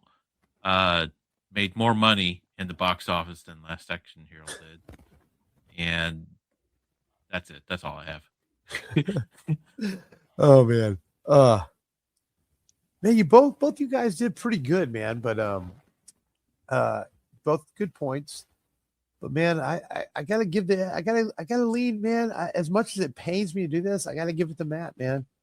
You know, and I don't even like the Last Action Hero. He didn't. He was you could have given him so much more ammo to take me out. Man, he did not want to give me this. Like I like the Last Action Hero a little bit more now than I used to, because like I can appreciate it for what it was trying to do, but like in the early years, I hated it. I'm like, God, this movie's so bad. But then I kind of, over the years, I'm like, you know what? You kind of have to watch it as like a silly movie, and you kind of accept it for what it is. Okay, so Long won the first game and Matt won that game, so pretty fair. Y'all can punch each other later for the title break. Tie break. We need the third match. Right. Well, we only had 2 games, man. So, all right, now we get to fun stuff. Before we get to the 2026 Hall of Fame, I am giving the floor to my boys, Matt and Long, to roast me. However y'all feel y'all want to roast me about why y'all think I hate comedy or what, I can take it. Let me have it. I have to anyone listening, I have no idea what they're doing. I told them to go with this. I don't know if they texted each other, what they did, but I said, guys, roll with it and bring it. So it's yours, guys. I have an easier time at a dentist's office than I do trying to get Mark to review a comedy movie. But there's a good reason why Mark doesn't like comedies. It's because he keeps waiting and waiting for someone to dive through the air with 2 pistols that don't run out of ammunition, doves flying in slow motion, and the words John Woo crossing the title screen. That's why he doesn't like comedy. It doesn't have it in it. I'll just use an old joke where if it's not written by Kevin Smith, it's not a real comedy to him. Remember that old running joke? Matt? That was a good one. Yeah. Oh, because it's not written by Kevin Smith, it's not a good comedy, huh? I'll add that to that. If there's not Batman brooding for 2 hours in the rain, it has no substance. Can't believe he didn't like Tropic Thunder. He watched The Hangover once and thought it would be better if the Joker planned it. Oh wow, that's a good one.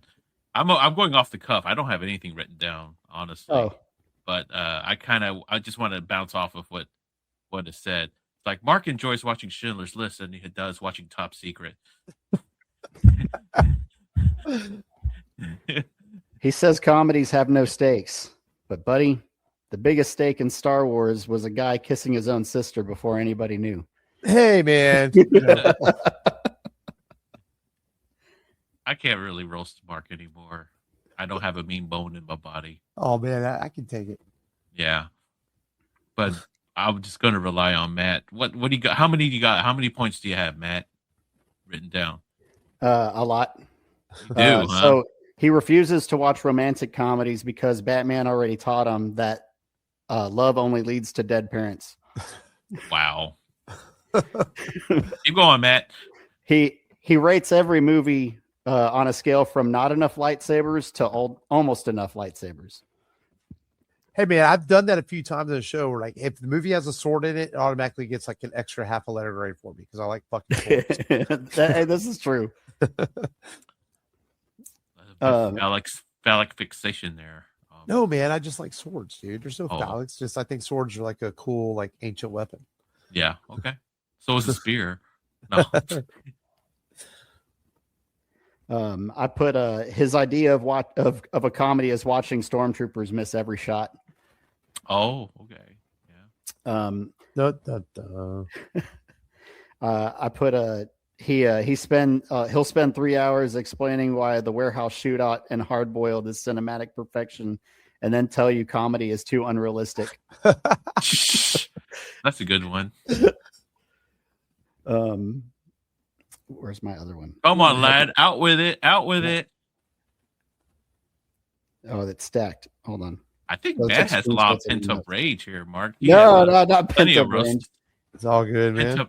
Pent up anger. He calls Batman Begins a feel good movie. And then what?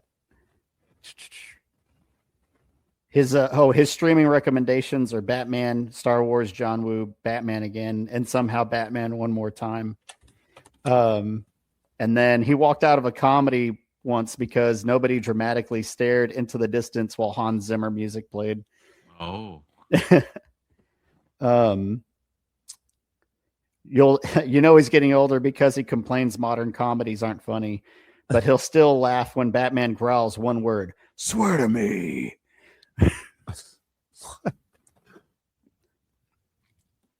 That's all I got. All right. That was fun. You Good work, did Matt. It was good. You guys Thank did you. good. Good. You clean can't take fun. shit from your best pals, and who can you take shit from? Yeah. So that's fine. All right, man, here we are. The long-awaited inaugural 2026 Hall of Fame. And there's a Hall of Fame page on the website, which all these winners will be put on there within the next week or two, as soon as I get around to doing it. So how we did this, we have some categories, and we had 2 nominees for each category, and the 3 of us voted, so there were no ties. And then we handed the votes over to my son, who wrote the winners down. So none of us know. So there was no voting influence by anybody who saw it on the document we used. So we have no idea who's winning. So we're going to unveil these one at a time, and we're going to start out with the fan vote. If you don't follow us on Facebook, you missed this. We put up a poll, and we'll probably do it differently next year. This year, I just went with our 2 most popular episodes ever. And the 2 most popular episodes were For a Few Dollars More, the Clint Eastwood film, and The Raid Redemption. And we let people on the website vote for it. And so the winner for the 2026 Hall of Fame fan pick is The Raid Redemption. Nice. The Raid Redemption, freaking awesome movie. We covered it with Matt Ramirez. Matt, I forgot to mention you in the thank yous earlier, but Matt Ramirez came on that episode with us to talk The Raid Redemption. And it was a really good time that night talking that movie, one of the most badass martial arts movies of all time. And also our number one listen, it's that or Part 2 is also our number one listen movie on YouTube as well.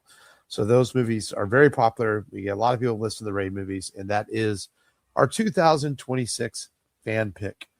So now we're going to get into the categories we have, and I'm going to go through them each as we get to them. And we're going to start out with, we decided, we're having some fun with this, kind of like if people remember the old MTV Movie Awards, they had some fun categories. We have a couple of fun categories in here, and that is our movie moment. A couple of very classic movie moments of all time. And do we want to give the nominees that we picked from, or we want to give just the winners? Just the winners, since it's a Hall of Fame. All right. So I have no idea. So I have these written down on cards. See there, it says movie moment, and I have no idea what's on the backside.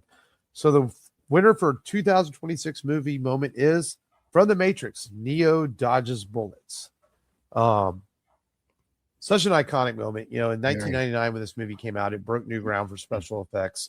Of course, now we see bullet dodging in quite a few. Well, maybe not so much now, but from 99 to about 2009, we saw a lot of movies where this technique was used, whether it be in superhero films or other action films. I see it made fun of a lot more than it. Yeah, now it's getting made fun of more, but it's definitely an iconic moment. And I do want to get this out of the way because we even argued amongst ourselves a little bit on this on texting. People say, "Oh, well, there's much more iconic moments you could have picked, like I Am Your Father, Darth Vader." Well, we're going to do more Hall of Fame. So we wanted to get a good variety this year for the first year. And that one's too easy. Yeah, so we didn't want nothing too easy. All the categories were difficult for us to vote for because any of the winners could be winners, but we wanted to have some fun with it. And we didn't want to get all the good ones in the first year. You know, we have some good ones for next year. All right, so here's a fun category. We decided to go for our favorite, to put it action figures. We all collect figures. Me and Long more than Matt does, but we're all into toys and action figures. So we thought we would put an iconic action figure in our Hall of Fame. And what is the winner for the favorite action figure of all time, or for the 2026 Hall of Fame? It is the Hulk Hogan LJN figure. LJNs were some of the first wrestling figures ever made. And Hulk Hogan is one of the most iconic wrestling figures ever put out there. You can still find it pretty affordable for $20-$25. If you find it in its packaging, it's much more. But there was hardly a kid in the 1980s that did not have an LJN Hulk Hogan action figure to play with if you were about 8 or 9 years old. Definitely iconic. Again, we are not doing visuals on the video of this if I put out the video, but go to the website, you'll be able to see what that LJN Hulk Hogan figure looks like. All right. Cartoon television show. This was a really tough category to pick because I actually love both the nominees we had, but I have a feeling I think I know who's going to win. And yes, it is Batman the Animated Series. Yeah. Most greatest cartoon ever made.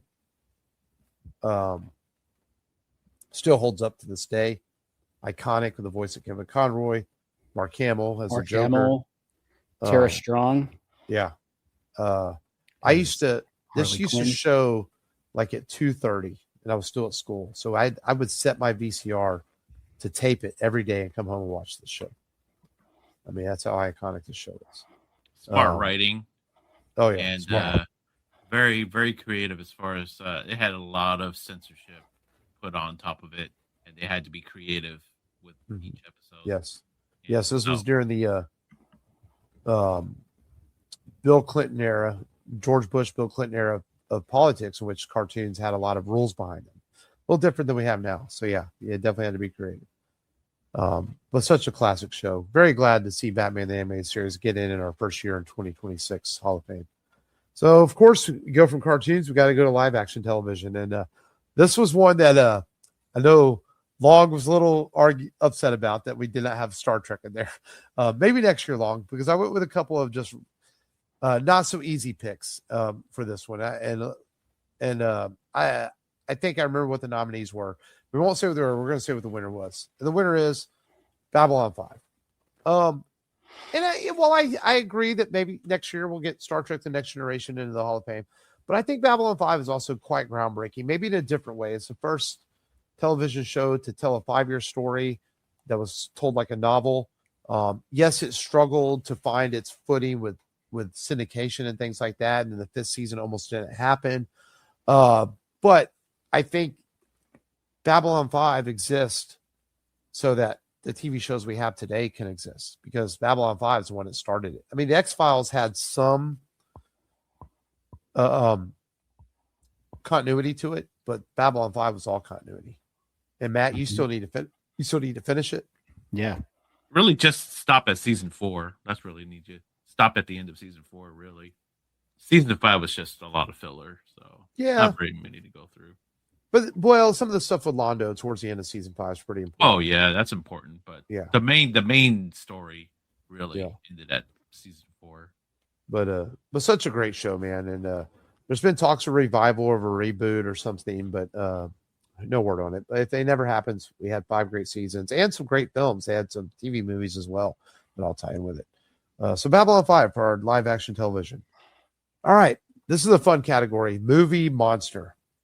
And I think it's kind of obvious which one's going to win on this one. And what is our 2026 Hall of Fame movie monster inductee? Long, I think you know what the winner of this. It's your favorite character, movie monster of all time, with your favorite movie series. That is Godzilla. Hell yeah. I mean, Tom there's a lot of McQuiston. great movie monsters out there, but You got to put the Godzilla's- king of the he's monsters. the fucking Yeah. king of the monsters. Yeah. Yeah. And iconic. I mean, here we are 70 years in. We're still watching Godzilla movies, still new movies coming out. We got a new one coming out from the Monsterverse next year. We've got Godzilla Minus Zero coming out later this year. And I honestly see no end in sight. I think Toho and they'll keep making Godzilla movies as long as people watch them. It's great that there's a resurgence in his popularity in the last 5 or 6 years. It's awesome. I know you're happy about that one, Long. Thank you. All right. Movie villain, our 2026 Hall of Fame inductee. Because you can't have these movies we watch and we cover, a lot of them. You can't have great heroes if you don't have great villains. I mean, they're just as important to the story as the hero is. And our 2026 Hall of Fame villain is Ricardo Montalban in his great chess, playing Khan in Star Trek II, The Wrath of Khan. Yes. I mean, Got one Star Trek in there. Repping. yes. I mean, iconic. He set the tone for the Star Trek movie franchise going forward, I think, to have great villains, because we would also get a pretty good villain with was it Sarek in Star Trek 3? Was that his name? And then a great villain in Star Trek 6. And then, of course, we would move on to Picard and the Borg. Star Trek's villains are very important, but Khan is the guy that puts Star Trek villains on the map, I think, so to speak. And Star Trek 3 had the Commander Klug, the Clue, Leon, played by Yeah. Christopher Lloyd. Yeah. Christopher Lloyd, yeah. And but what a great villain, a great performance by Ricardo. Iconic to a T. And got Matt into watching Star Trek films. We discovered Star Trek 2, seeing Khan. All right, movie hero. Again, you have to have a great movie hero to take out these movie villains. Our 2026 movie hero inductee is the one and only Han Solo. Yes. You know, it's funny, as much as people talk about Jedis and characters like that in Star Wars, I've always loved Han Solo a lot. He's always been one of my absolute favorite Star Wars characters. And of course, Harrison Ford, iconic for playing Han Solo, and of course, Indiana Jones as well. And who knows, maybe he gets in 2 years in a row. Maybe Indiana Jones gets in there next year as the hero. But Han Solo, man, deserving. Very deserving, man. Our 2026 hero. Now we have 2 more categories to go, folks. We have, and we're going to start out with our. We got to have animation is a very important part to what we do. We've covered a lot of animated films over the years, so we felt animated movie gets its own category because there's so many great ones. So our 2026 animated film Hall of Fame inductee is 1986's Transformers the movie. A movie that's very dear to my heart. Came out on my birthday in 1986, and I had to wait like 2 weeks for my dad to go take me to see it. I never forget. I still love this movie. My kids love this movie. Yes, it's heartbreaking to see Optimus Prime die, but it's so much fun. It's so awesome to watch. Mark walked into that movie as a boy and came out a man. I came out a man. From the that's for sure. trauma. That's it, man. The most the dramatic first death 5 scene. minutes of the movie, like 20 characters die. You're like, what's going on here? All these new Transformers being introduced. You're like, what's going on? But such a classic, man. All right, and that leads us to our final category of the 2026 inaugural class of the Rebel Radio Podcast Hall of Fame. That is our movie pick that is going to the Hall of Fame, our first ever movie. And there is, I mean, this might be the most obvious category, and it is Star Wars: A New Hope. I mean, obviously, Rebel Radio has Star Wars vibes with the title of it. It's a movie that we probably wouldn't be doing this if it wasn't for Star Wars. I would not have Star Wars figures in my house, comic books, possibly talking to you guys. It might not be if it wasn't for Star Wars. And a lot of friendships in my life. There's not a movie that has not defined my life more than Star Wars. I agree, man. It's the sci-fi, in my opinion. And my uncle likes Star Wars. I like Star Wars. My kids love Star Wars. I was able to name one of my kids at least after a Star Wars character, although she claims it's biblical. Luke. Dude, I'm with you. Own that shit, Matt. Hell yeah. Yeah. I was like, you're named after Luke Skywalker. I was like, One of my friends gave Skywalker's a middle name for her. oh, nice. Yeah, or him. I tried, man. I did not win that battle when I was married. I tried. My uncle not for had to get Skywalker, but I crafty. tried to get Luke or something in there. I'm glad you guys had a pleasant memory with Star Wars because my first impression of Star Wars was quite traumatic and scary as a kid. And it happened to be the scene where I walked in and was theater hopping as a 5-year-old. And the first thing I saw was Luke getting electrocuted by the Emperor Palpatine. It was like the scariest thing I ever saw. That was the first Star Wars impression I ever had. Was the final scene in Return of the Jedi. Yeah. But you guys, going to the OG, A New Hope. Do you have a favorite scene in the movie? For the New Hope, Yeah. it had to be the for some reason I loved the Millennium Falcon scene of the turret battle. Yeah. The firing off of the TIE fighters. That's one, and then the cantina scene is two. I was going to say, I still love the cantina scene. To this day, I'll watch it. And Yeah. I still spot stuff and I don't notice before, you know? That's what I was gonna say. Yeah. Yeah, I mean, We're wanted men. definitely a worthy 2026 class of the Rebel Radio Podcast Hall of Fame. They'll all be up on the website with photos and pictures and stuff like that. But I think it's fun. I think it's a good idea. I hope you guys that are listening enjoyed our 2026 Hall of Fame, and we'll do it again next year with the 2027 class. But we're not done with today's podcast yet. We're almost out of here, but stay tuned. We have some more stuff. We're going to talk a little bit about the future of the podcast, where we're going to go from here. Because there's so many movies we haven't covered, and as we continue to grow, we're talking about possibly next year going maybe more YouTube, where we start putting these out on video. We've had some internal discussions about it. Lots of movies to cover. I want to come up with some ideas for some new special features. Maybe we'll get around to doing a live show somewhere again one day. What do you guys think? What do you want to see in the future of the Rebel Radio Podcast? Don't say more comedies. More no, comedies. More comedies. Just because you told us not to, we're going to I say know, it. bitch. More comedies. Maybe like more like new film Modern movie reviews. Yeah, modern movie reviews. Like, you know, the last 10 years. no, like right after they come out, like 2 weeks, 2-3 weeks after the movie is released, we do an episode based off of a film. I don't know which one would be. Like it's sometimes it's tough to just make it to the movie theater sometimes. Right. But if we had done Project Hail Mary this year, you know, do something like that.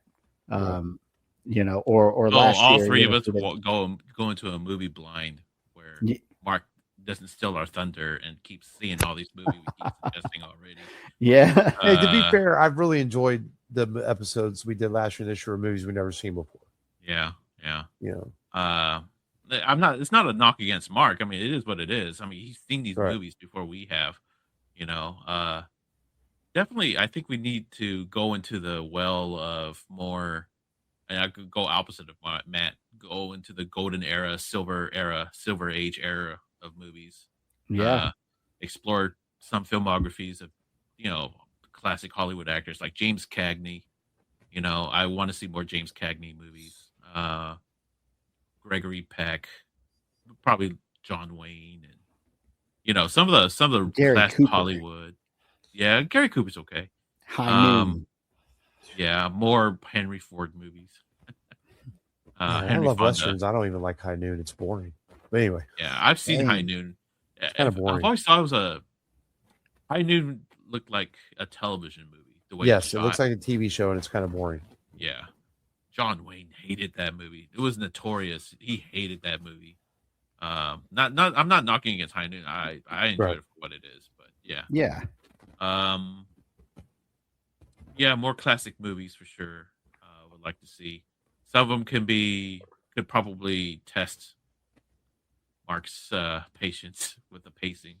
And it does test my patience too, because modern editing has kind of spoiled our generations, you know, Right. with more quicker cuts and stuff like that. Especially when Spielberg and Scorsese came along and they just, you know, changed the game in the 70s. Yeah. You know, was like most of the modern movies we've watched has been rooted in the 70s innovation or filmmaking. Yeah. And sometimes I think we should definitely explore other media except besides movies, you know, maybe gaming, a gaming episode, a special gaming episode once a year or so, you know, or comic books, you know, or music for that matter, because you know, Yeah. Even I music. think, yeah. So, but yeah, it's like, hey, let's do a special music episode, and Mark recommends us an album. We listen to it, you know, and we talk about it, you know, stuff like that. That's what I think we should probably try, you know, branch out from movies. So I think I'll add a little bit to it. I've actually been sitting down lately trying to look at movies we can do for August, September, and then October is obviously hard. And I was thinking like more animation. I really like the art of animation. And we have covered a lot of animated films, but I feel like there could be more. I feel like we do maybe 2-3 a year, and I feel like maybe mixing some more in. If we have 52 weeks in a year, or even 49 weeks, if we take 2 or 3 weeks off every year, it feels like we're not doing enough animation. That's just something I would like to maybe see. But I think it's a good lead into let's do some Q&A with each other and ask a few questions. Not very many, just a few. Ask you guys to name a movie that we have not covered that you'd like to cover. Devil's It doesn't mean I'm Advocate. going to fucking do it. I'm just kidding. Say Devil's Advocate. Keanu Reeves, Al Pacino, Charlize Theron. No, I saw it once. It's okay. Yeah. I mean, you got Charlize Theron's boobs in it at least.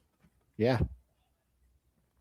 I think we should try to challenge ourselves as far as a movie that's probably tough to watch, and then see how we come out of it.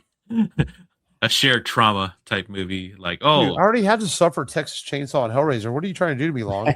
well, that's not horror related for sure. Just like, maybe a oh, slow paced one, or no, something like, oh, let's watch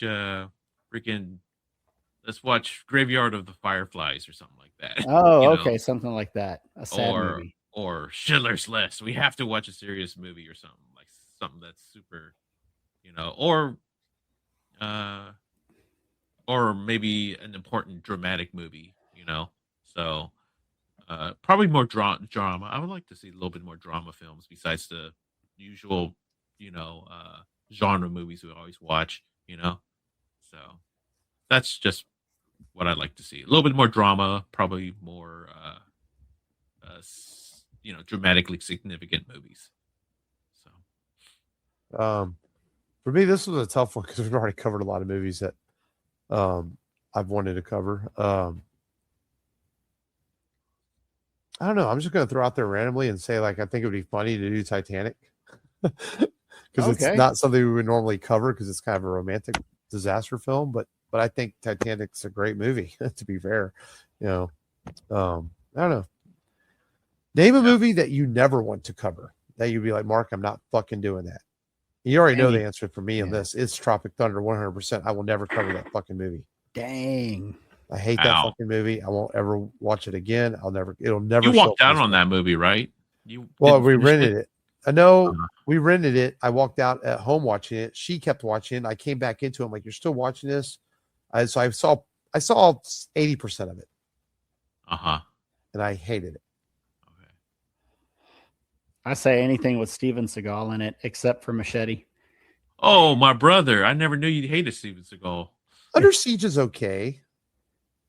It's probably his best movie. Maybe with the exception of Under Siege, but this is the first time I'm seeing Matt trying to hold down his vomit while mentioning Steven Seagal's name. Yeah. All right, Matt. An asshole. Cocky asshole. You're a fellow hater too. Awesome. Yeah, dude. Yeah, awesome. Hell yeah. I'd rather watch 10 bad Van Damme movies than watch a Steven Seagal movie. He even created a fight scene where he didn't have to stand up, where he's like in a chair. Literally, and he's like, down. Yeah. Screw that fat fuck.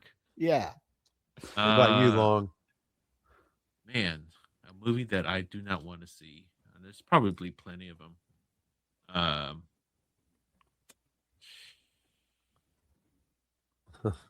Is there an actor I've always hated that I really, really hated on the show? Like he's not on the list because I would probably never do a Ben Stiller movie. I don't like Ben Stiller. I don't think he's funny. Like I don't get why people think he's funny. He's not funny. Yeah, he's a good second guy. Yeah.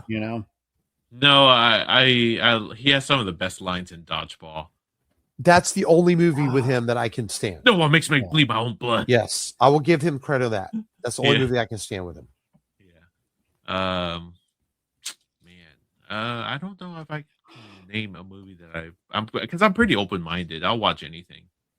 Okay, that's fair. Yeah, except for man, I remember watching The Cell starring Jennifer Lopez, and I will never Oh watch that yeah, movie again. and Vince Vaughn. Dude, yes, that movie's fucking weird. There's It a is. scene. There's a scene about the serial killer's upbringing, and then there's a uh, it's very hard to watch. Or they don't show the child abuse that happens to Right. the killer, Well, but that it's scene and that's a whenever hard what's his movie. name is like splooging on her and shit. That's Yeah, weird, man. yeah. Probably The Cell will be one, and something that's super dark. I wouldn't want to see. So even though Um, I mentioned that we should watch Schindler's List, but Name a sequel to any movie you'd like to see that hasn't had a sequel. Alita Battle Angel. oh yeah, Battle Angel Alita. I actually Yeah. bought the whole comic book series, the manga. It was on sale for $80, so I swiped that. I want to see what happens after the movie ended. So I mean, I know they'll never happen because they're older movies. But it'll lead to our next question. I always wanted a sequel to Flash Gordon or Buckaroo Banzai. Of course. You know, Yeah. which leads me to I did not put this on the show notes when I asked this question. What's a movie that you wouldn't mind a remake of, even if you love the original? And I'll start this one. And it would be Buckaroo Banzai. I wouldn't mind a remake of Buckaroo or Flash Gordon, either one of those movies. I love the originals, but I think they could be remade and be made better. I can live without seeing Buckaroo Banzai.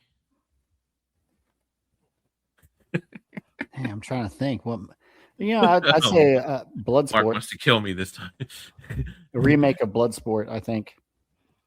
Oh, I would love to see maybe a remake of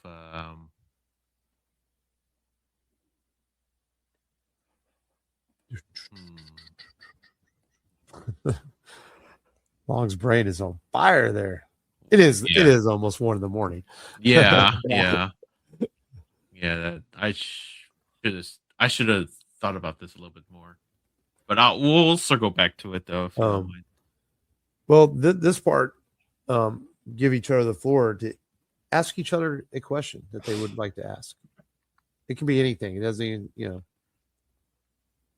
like something you've just random question. I gave you guys show notes. Mark, what's the one movie that I suggested that you ended up liking, or maybe adding to your favorites list? that I ended up liking? Yeah. Trying to think. I gotta think about the ones you suggested. There is one coming up that I'm excited to watch. Yeah. That I put on. I think we're gonna do it in a couple weeks. Mm-hmm. That sounded really good, really interesting.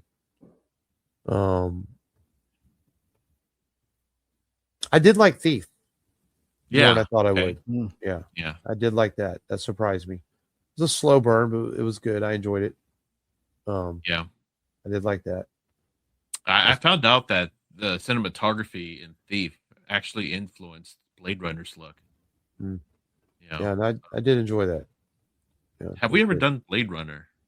No, actually, amazingly, it's on our list of movies we have on our document to be done. It just we haven't for some reason. I don't know why we haven't. We just haven't. Yeah. I think it'll happen. Yeah. How about It'll you, happen. Matt? Any movies that you've watched? Doesn't have to be my movies, but in general that turned out to be your favorites, or that you rewatched again since you liked it, that were introduced to you.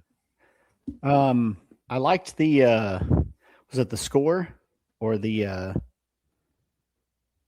what was that movie with another it was the Robert Redford movie that we did that we never the Sting. The Sting. You actually like that one? I thought it was neat. Oh, okay. Yeah, I just thought the whole setup was neat. Oh, okay. That it was you were like, oh wait, but this person's actually this and this. And yeah, actually, some of the setup was really good when they were conning Robert Shaw's character at first. Yeah, Mickey and all that.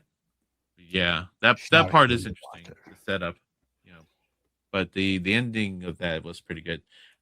I'll say one though.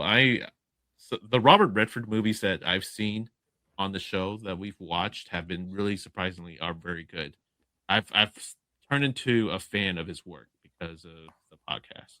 Yeah. I want to see his other movies like Jeremiah Johnson, and I want to see. I've always heard good things about Jeremiah Johnson, so I'll be going into blind if we ever watch that. I don't think you've seen it, Matt. Have you? No. Yeah. How about you, Mark? I haven't seen it, but I've been checking every month to see if it's streaming. So Oh, it's, okay, gotcha. as soon as That's it's what's streaming, keeping I'm us going to from throw it on watching the it. list. Yes. But yeah, and yeah, I want to see All the President's Men and The Castle, because I heard The Castle was pretty good with James Gandolfini as well. Hmm. So, yeah. That's it on my portion of the Q&A. Along, what Godzilla movie would you get rid of forever if you could choose? I can't do those kind of questions, man. When I see hypothetical questions on Facebook, like get rid of this, it messes with my mind. I can't do it. I can't think like that. Yeah, pick I an know actor. it's not real, One has but to go. I know it's not real, but I can't do it. Yeah. I would have to go with the Godzilla anime trilogy. Okay. People actually like one or two movies, but for me, I did not like any of those three movies. They were boring. And it's like so egregious. How do you make a Godzilla movie, a series of Godzilla movies, boring? And they Right. talk a lot. The plot meanders. They make the Godzilla scenes boring. It's like, how do you do that? So I would have to say the anime trilogy as a whole could be erased. If I can erase it, I'd do those. So Nice. Yeah, man.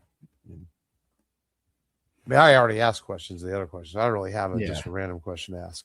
But yeah, man, I think we're coming to the end of our 500th episode. I want to give some final thoughts, and you guys can give some final thoughts. But we 12 years of doing this, man, it's still fun. I do still enjoy it. I mean, I'm not going to sit here and lie. There's not a week that goes by. Sometimes I'm like, oh fuck, we gotta do a podcast tonight. But then once I sit down with you guys, I get excited, and you guys bring the energy, and it's fun. I still do enjoy talking movies and hanging out with my best buds. Thank you to you guys for your energy and all y'all have done over the years, and not only that, just being good men and good friends. And thank you to anyone who's ever been a guest on the show.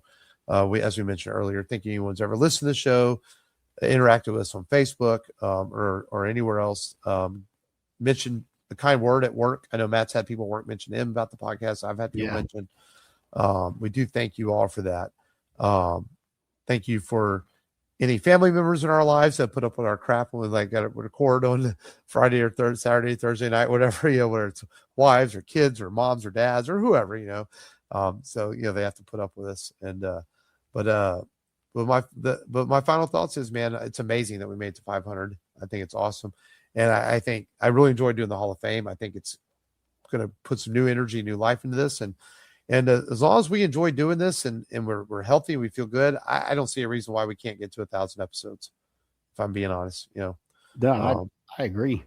Any final thoughts? Thank yous. Anything you guys want to throw out there before we get out of here?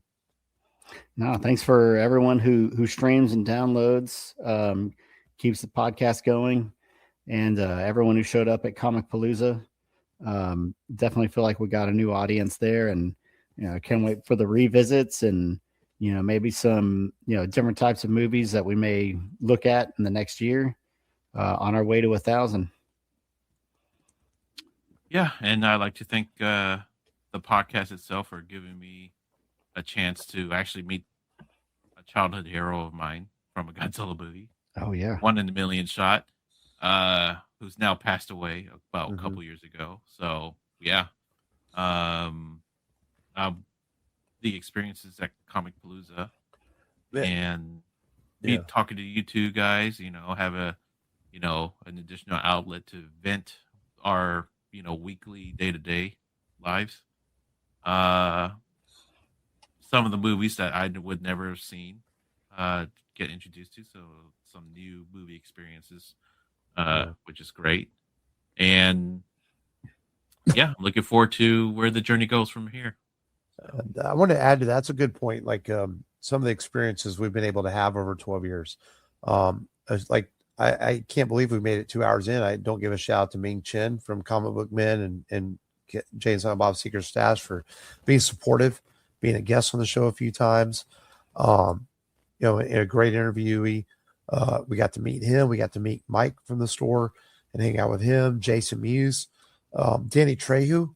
I got to get his autograph and meet him because of Compalooza and being on the podcast. Yeah. George Perez, the late great George Perez, got to meet him by being at Compalooza. So there are definitely some experiences like that because of this show. I got to shake Shannon Elizabeth's hand, which I haven't watched since. No, I'm just kidding. Because of the podcast. I'm a big wrestling fan. That one chick that Matt introduced, Julie or whatever. Oh yeah. Oh yeah. So you're right. That Moving is a on. very important part of this is some of the experiences we've had on the show. And a shout out to my friend Brian as well, Brian Mattern, who's been on a few episodes as well, and he hung out with us at a live show. We interviewed the 501st. Don't want to make sure I get Brian in there. And of course, again, another mention of Frank, our old co-host, who couldn't be here tonight for the 500th episode. But here's the 500 more and the RebelRadioPodcast.com. And we'll be back next week or maybe in 2 weeks. We might be back in 2 weeks with episode 501, in which we're going to do a revisit episode. A revisit episode is an episode where we do a movie that we've already covered before.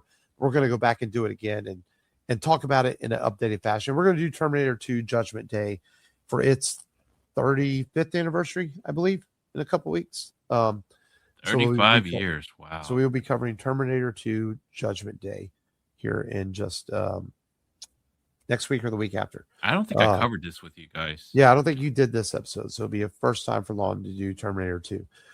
But until then, thank you as always for listening. Thank you guys for hanging out. Matt, Long, appreciate everything you guys do. This has been Mark. Thank you. This has been Matt. This is Long. Remember, as always, just go there and do it. Do it.